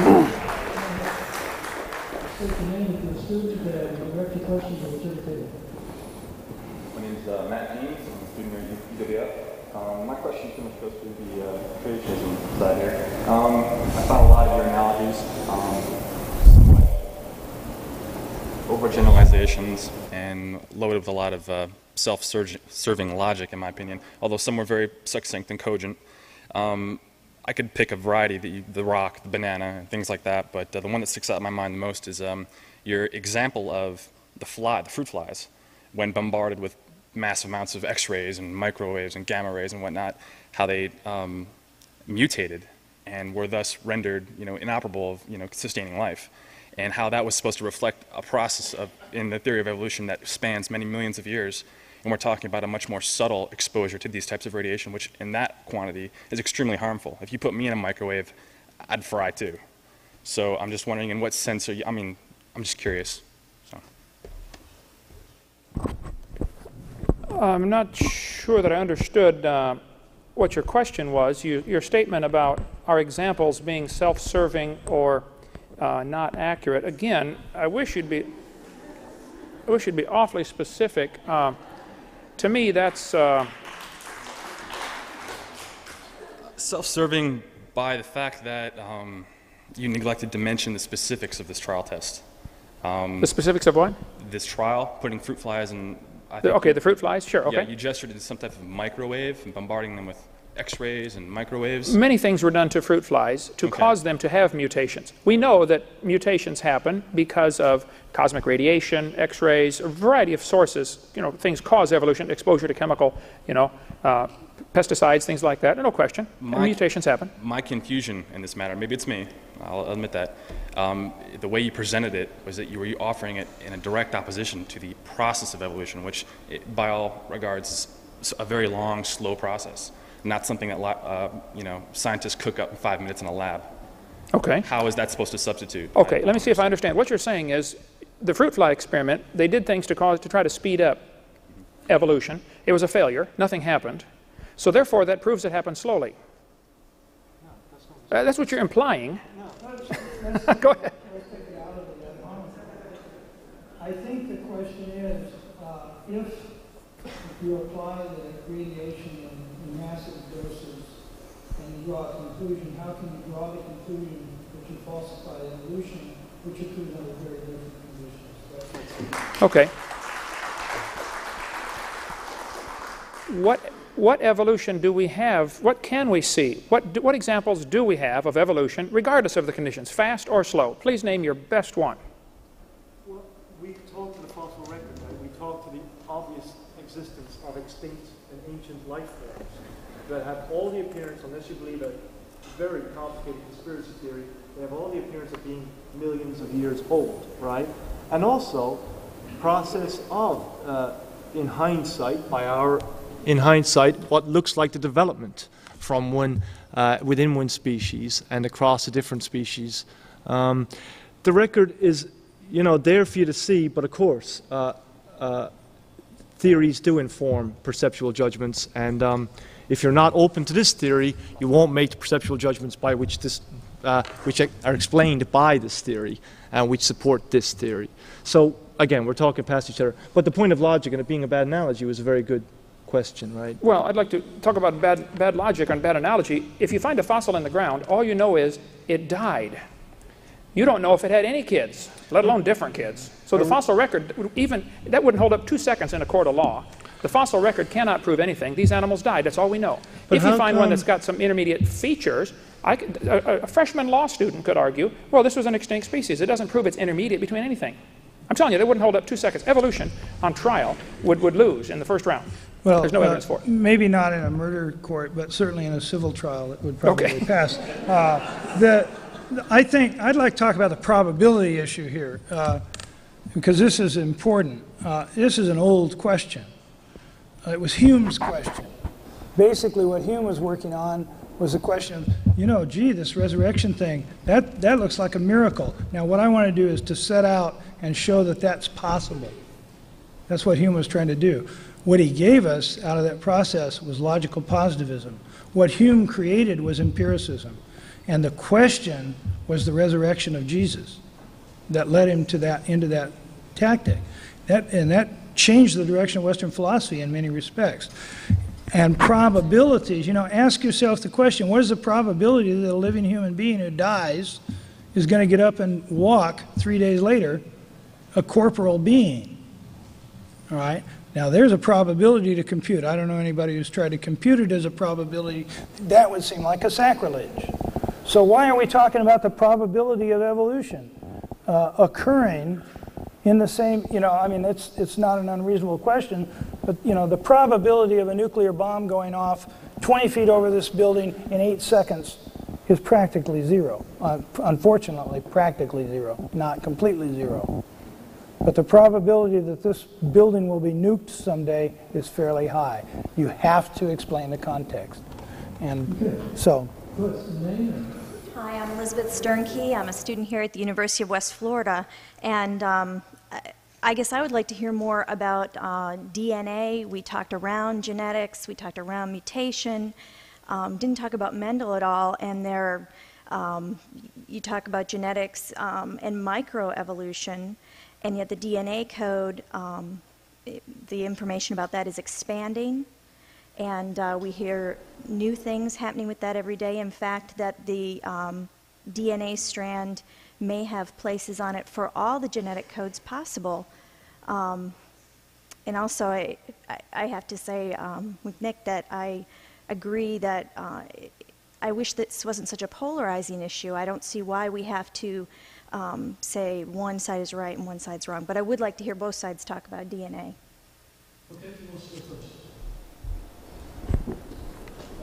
Just quick word.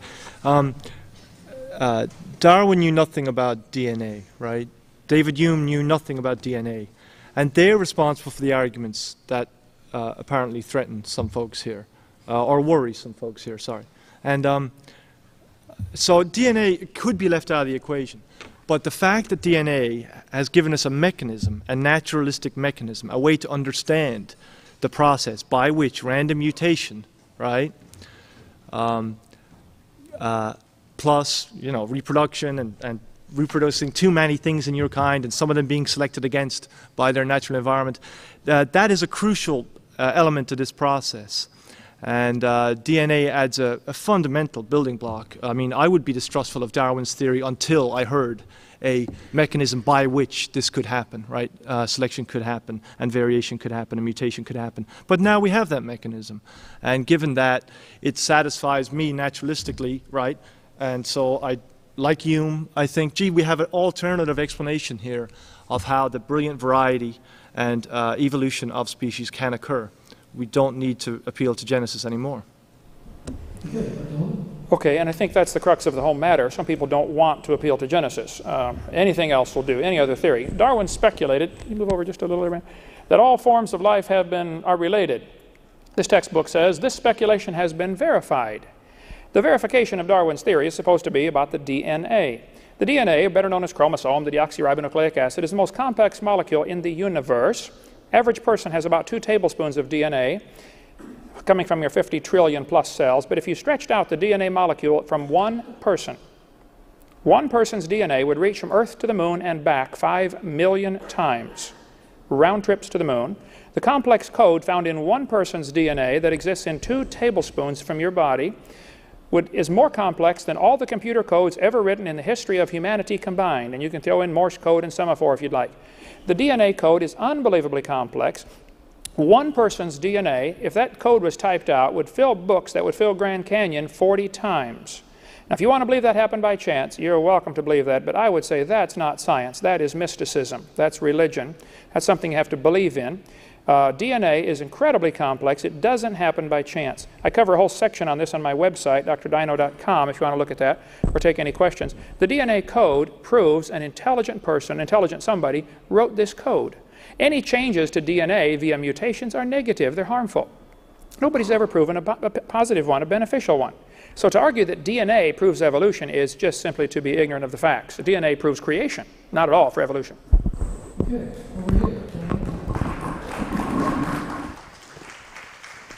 Get another DNA question.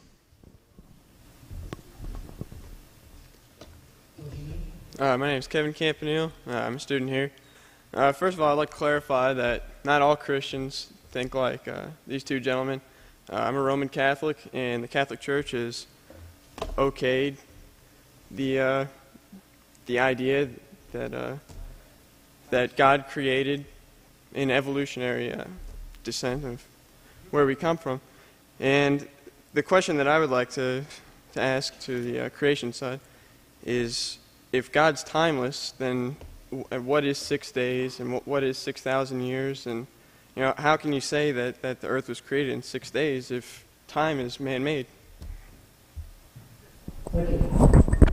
Go ahead, Mike.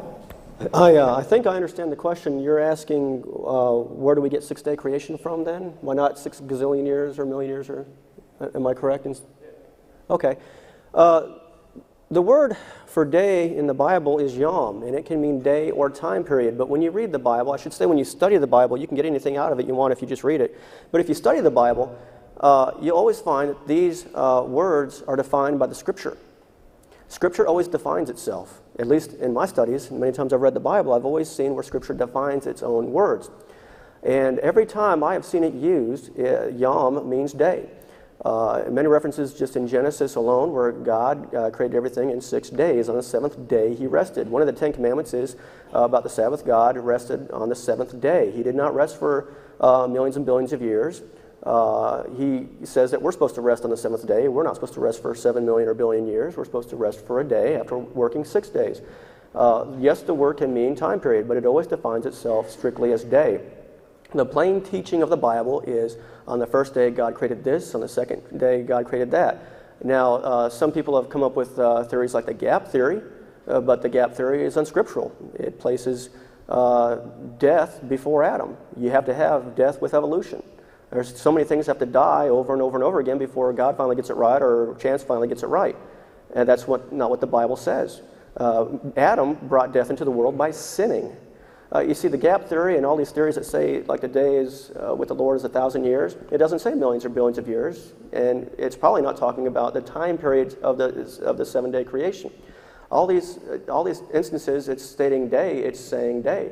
You don't have to have a guru explain the Bible to you. You can read the Bible and without a preconceived notion of evolution and come away with just simply day. That's what the text is saying. That's what the definitions of the words say.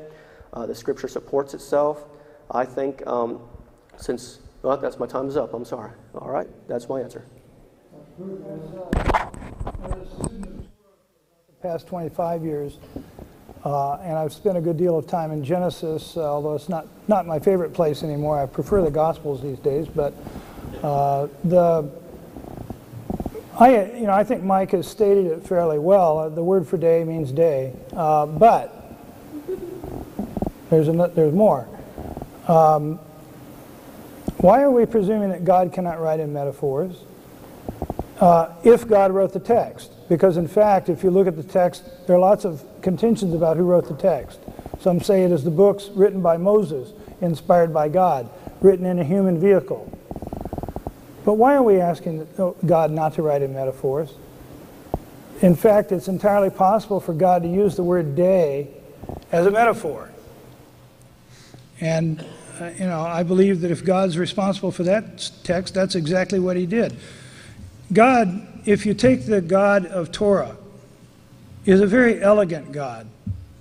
If we believe that the God of Torah created DNA, for example, what he created was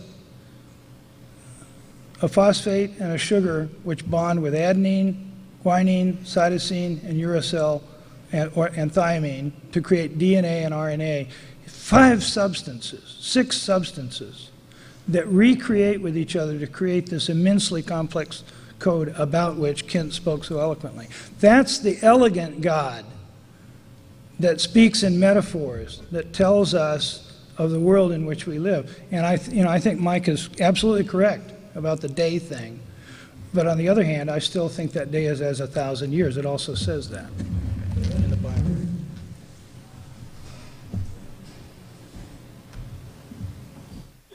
Yes, my name is Dwayne. I'm a student at UWF. I have a question for the creationism table. So what I'm gathering from all this is that God is incapable of working in a subtle, natural manner and is incapable of expressing that manner as a metaphoric thing, very much like what Dr. Prewitt had just said. That's what I'm gathering from your argument. Thank you. No, I disagree. God's capable of doing that. He's also capable of doing it in 6 days and writing a book and telling us how he did it and not making it confusing.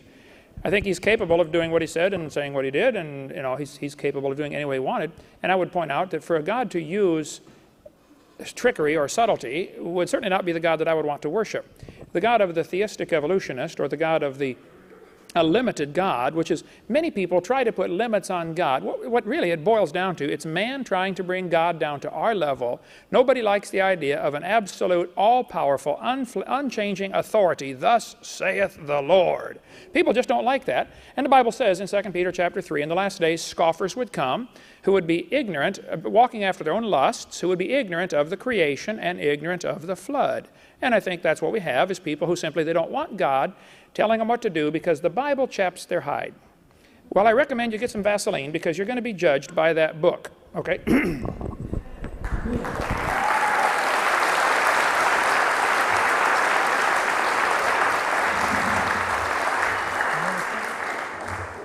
I don't think I'll respond to that one. All right, over here.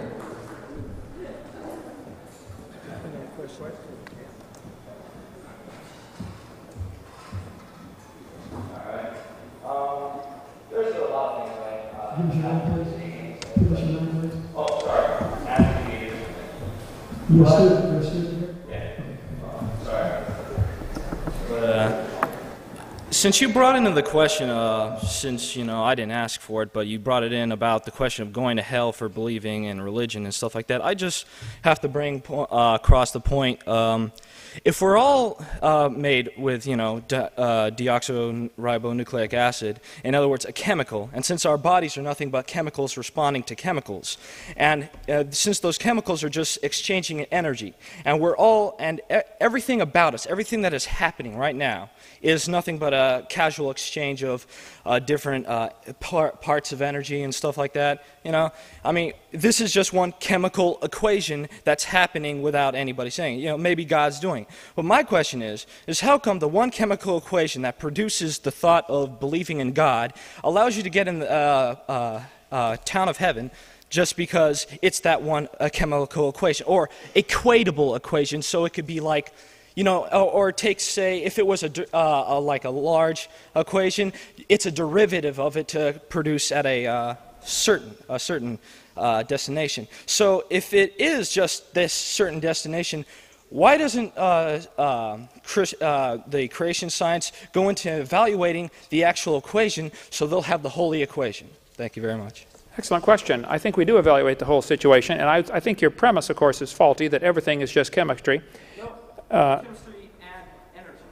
Chemistry and energy. I think there is more to it. I think man has a spirit. You have a free will. A good analogy might be, I'm 6'1", my wife is 5'0". If I come home from a trip like I did, was in Montana yesterday, or where was I? Oregon yesterday. If I come home and grab her by the throat and say, you tell me you love me. Well, okay, I love you. It doesn't mean anything. God could make us serve him. He could have made it all just chemistry. We could be robots or tape recorders or parrots, walk around, praise God, praise God, praise God, but it wouldn't mean anything. God chose to give us free will, and he chose to give you a free will, and he also gave you a mind and an intellect. Those people who think that their brain is nothing but chemicals that form by chance over billions of years, I often wonder, well, how do they trust their thoughts and their reasoning process then? Nothing can be trusted. That's the idea that, well, we're not really here, you know, you can't trust anything. I think there are absolutes. One atheist told me in a debate one time, he said, there are no absolutes. I said, are you absolutely sure? I think we do have we have a mind that's capable of reason. We also have a free will. And if you don't want to serve God, that's your choice. God gave you a way out. He loves you so much, he came down to earth and died on the cross to take your place. He really loves you. He wants you to go to heaven. If you don't want to, that's your business. The way is free. It's available. I decided to take it. And you don't have to leave your brain at the door when you study the Bible. I love science, taught it for years. I have yet to see one scientific evidence presented today in favor of macroevolution. I have yet to see one scientific proof against what the Bible teaches. Everything I've seen, and I've studied both for a long time, says, hey, look, the evidence is overwhelming. This place is complicated. It must have been designed. Complex things don't happen by chance. They take a designer. This building required a designer. One cell in your body is more complex than the space shuttle. It required a real intelligent designer. So I think it's, you ought to find out who he is. And he loves you. I know him personally. Good friend.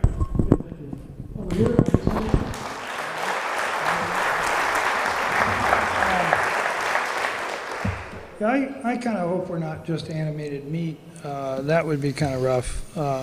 But that may be the case. That's a theological, maybe a theological question. It's certainly an interesting question. I want to go sort of back to something Kent said in interpreting the question. We have soul, or we have a soul. Many of us don't have soul, but we have a soul and a spirit. If we believe that, then why do we not believe that other things in the universe also have spirit?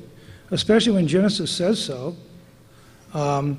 If you look at the word ruach, which occurs in that first line, as God began creating the heavens and the earth was a formless void, and darkness was upon the face of the waters, and a wind from God, or the spirit wind, or the spirit of God, hovered over the face of the waters. Gee, spirit wind. The word is ruach. It means spirit, it means wind, can be interpreted either way. They're both equally correct, and I think it means both, which means that God is an animate force in nature, and when you get in the wind, you're in God. When you're walking on the ground, you're on God. The whole universe is God, and that's a different theological perspective than the one that my opponents would take. It's not one that many people would take in this room, but I think some would.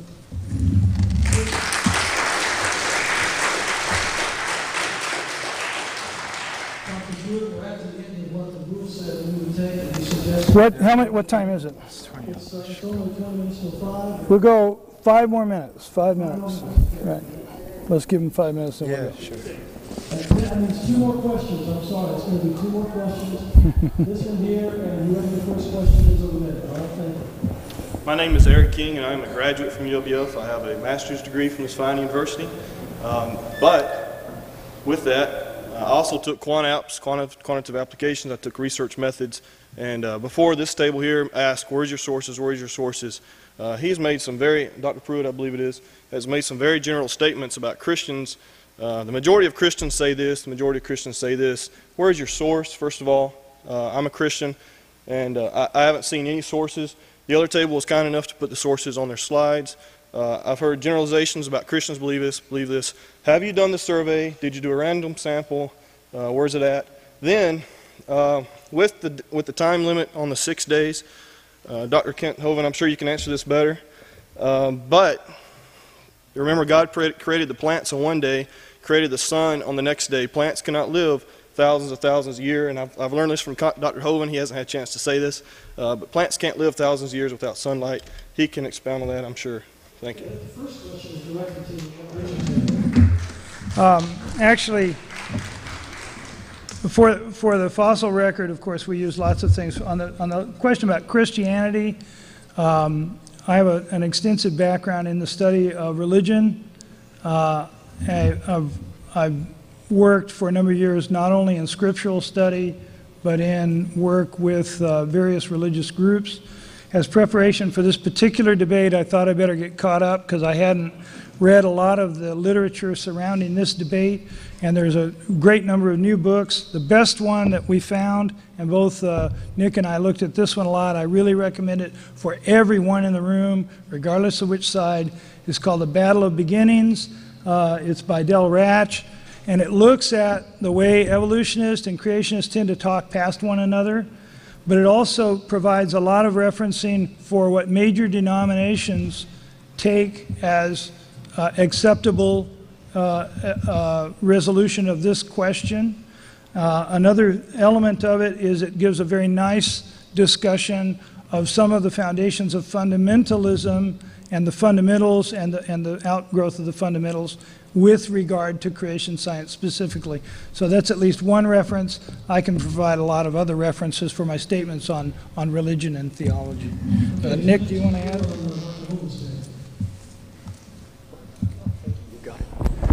Just answering the one part on that, there was a multi-parted question there. Most Americans don't believe in evolution. Most Christians don't. This is a Gallup poll right here, 3 of 95, mobile press register right next to it. I've got here that only 4% in one column and 9% in the other believe in pure evolution, no God at all whatsoever. Perhaps they should go somewhere and start a private school and have people paid to learn that. The majority of American public does not believe this. It looks like to me 61% here and 47% on the other side say God created the earth in the last 10,000 years. And I am certainly in that part right there. Many people say, well, yes, most scientists believe in evolution. That's true. Right here we have the statistics. 55% of U.S. natural scientists believe in Darwinian evolution. We've also got many other slides from creation scientists showing that these scientists here, they're the ones who determine who gets the grants, who gets their papers published. I know of a few good scientists who started out as evolutionists trying to prove the Bible wrong, and they ended up getting saved and became creation scientists. Many of them wrote these books right here. It's not what the majority believes or even thinks. It's a minority, but the minority, I guess, is who's in control of our textbooks today and what's being seen on the Discovery Channel and Learning Channel. And that's what ekes me. And there's just no basis for it. Not everybody believes it, and there's no evidence for it. And that's the only part that I'd like to address to at this time. Okay, this will be the last question. I'll get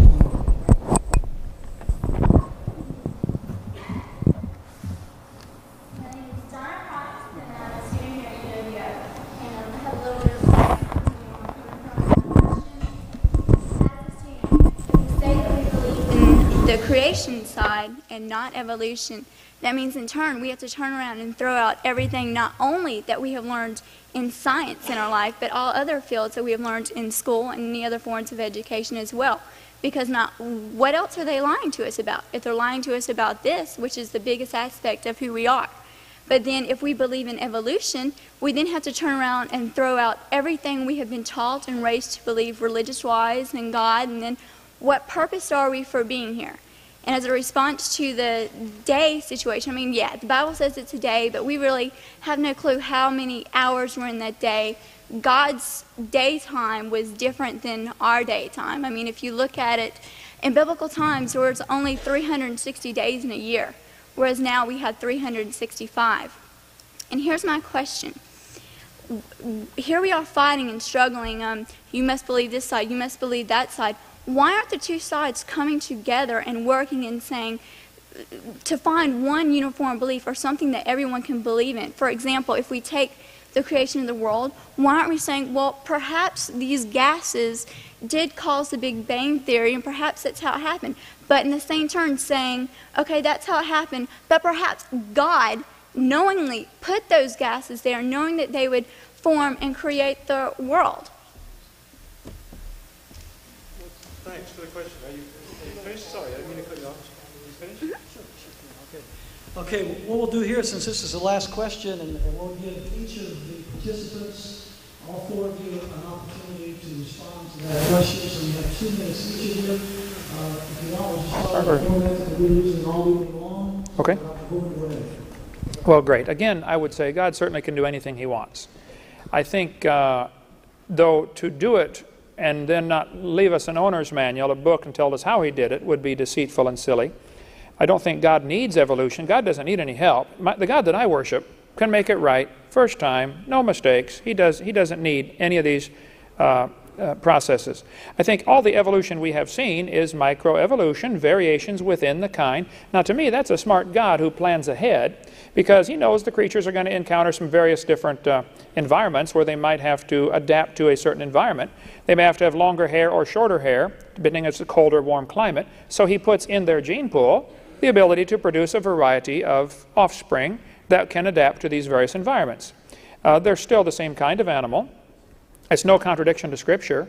And to me, that's really planning ahead. It's sort of like General Motors putting a heater and an air conditioner in some of their cars. You know, well, they don't know if it's going to go to warm climate or cold climate. That's not dumb. Even though an air conditioner and a heater do the opposite thing, that's planning ahead. And so I think the God that I worship planned ahead and gave gene pools quite a variety, and they're capable of, you know, a lot of adaptation. People can live in Alaska and adapt to, 20 below, or they can live in the desert and adapt to 110 above, but they're still people. They're still interfertile. That's not really evolution, so we don't see any of that.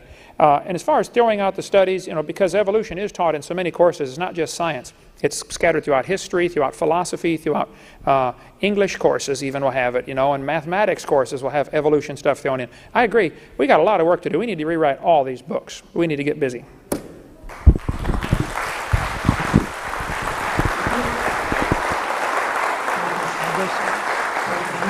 Okay. I think this was a great question, and it's one that we all should respond to. When I teach, I do not require my students to believe any particular thing, least of all what I believe, per se. I expect my students to learn about evolution and what evolutionists are saying so that they have a correct and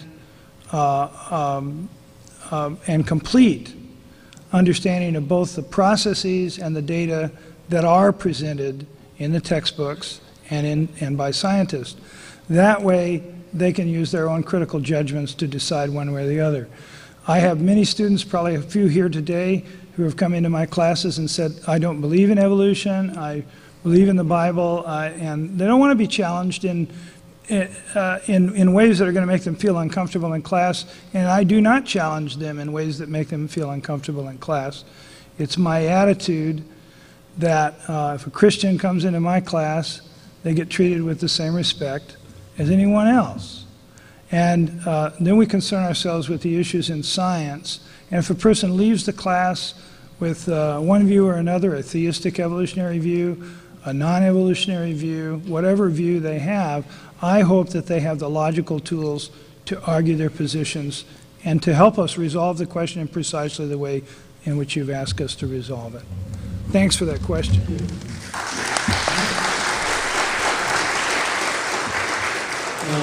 I agree. I think anything that's learned in public school nowadays, Or watched on TV or seen in the movies, you should really decide if it's right or wrong, because I think most of what's being pushed is garbage.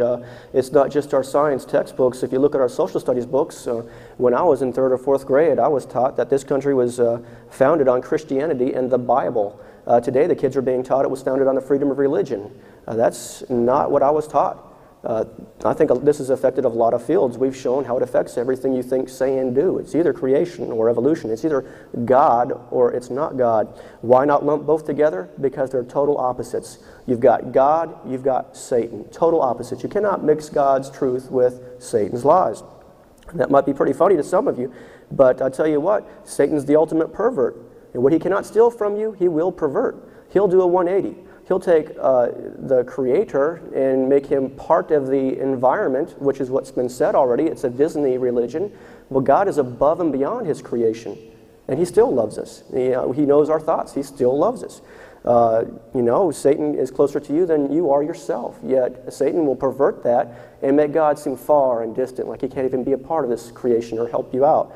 The Bible says that Jesus is the creator and the sustainer.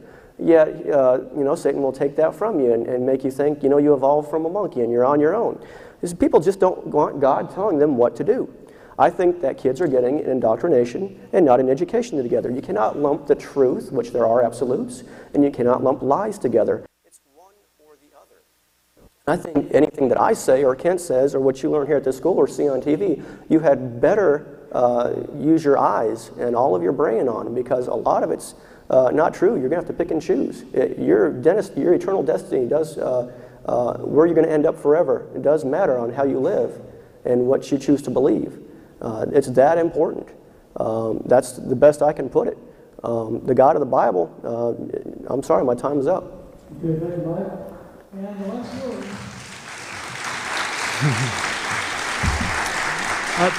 What was your name again? What's your name? Donna. Yeah, Donna, that was, I think, a very direct and heartfelt question, and deserves a direct answer. I don't think you ought to be that conflicted fundamentally, for reasons I've already said. At most, what has happened today, right, is that we've provided you some grounds to doubt one of the ways by which men have argued for the existence of their creator, right? That way is to look at the natural world and see design in it, and to see order and harmony and beauty in it, and to argue from there, to infer from there to an orderly, creative, and harmonious being, right, outside of that. We've given you some doubts insofar as that is a line of reasoning that's reputable to begin with. I mean, Hume already poked holes in that way before Darwin, right? So that's not the best way you can argue for the existence of your creator anyway. And that's what most of what's happened today. But the kind of compromise that you mentioned at the end, how come you experts and academicians and writers of textbooks can't come up with a coherent answer to our troubles here? That's a profound question. But I don't think those guys have the grounds on which they can give you an answer. They can't compromise, They absolutely cannot compromise. To hear that he's reviewing high school textbooks horrors me. I'm horrified that this guy has a serious job in determining what textbooks high school students use. And I mean that with all respect. I mean, I think you're a very charming guy and everything. But I think they're incapable of compromising.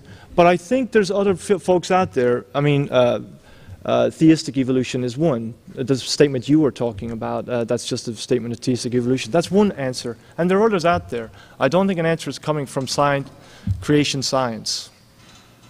Thanks for coming, you all. I appreciate your time. I want to thank Chuck. Chuck, well, Chuck is not used to having to sit and listen quite this much. Would you like to say something? All right. Okay. Please come and meet us, enjoy, and come meet Dr. Hovind. Well, folks, we sure hope you enjoyed that debate. It was a blast for me because I know where I stand on the creation versus evolution topic. I know that what's being in our textbooks today, it's all been dismissed. It's all been discredited. There's no proof for evolution. If you think you have any, please contact our office. We have a $250,000 reward for any proof of evolution. We know we don't have to ever pay because there's no proof.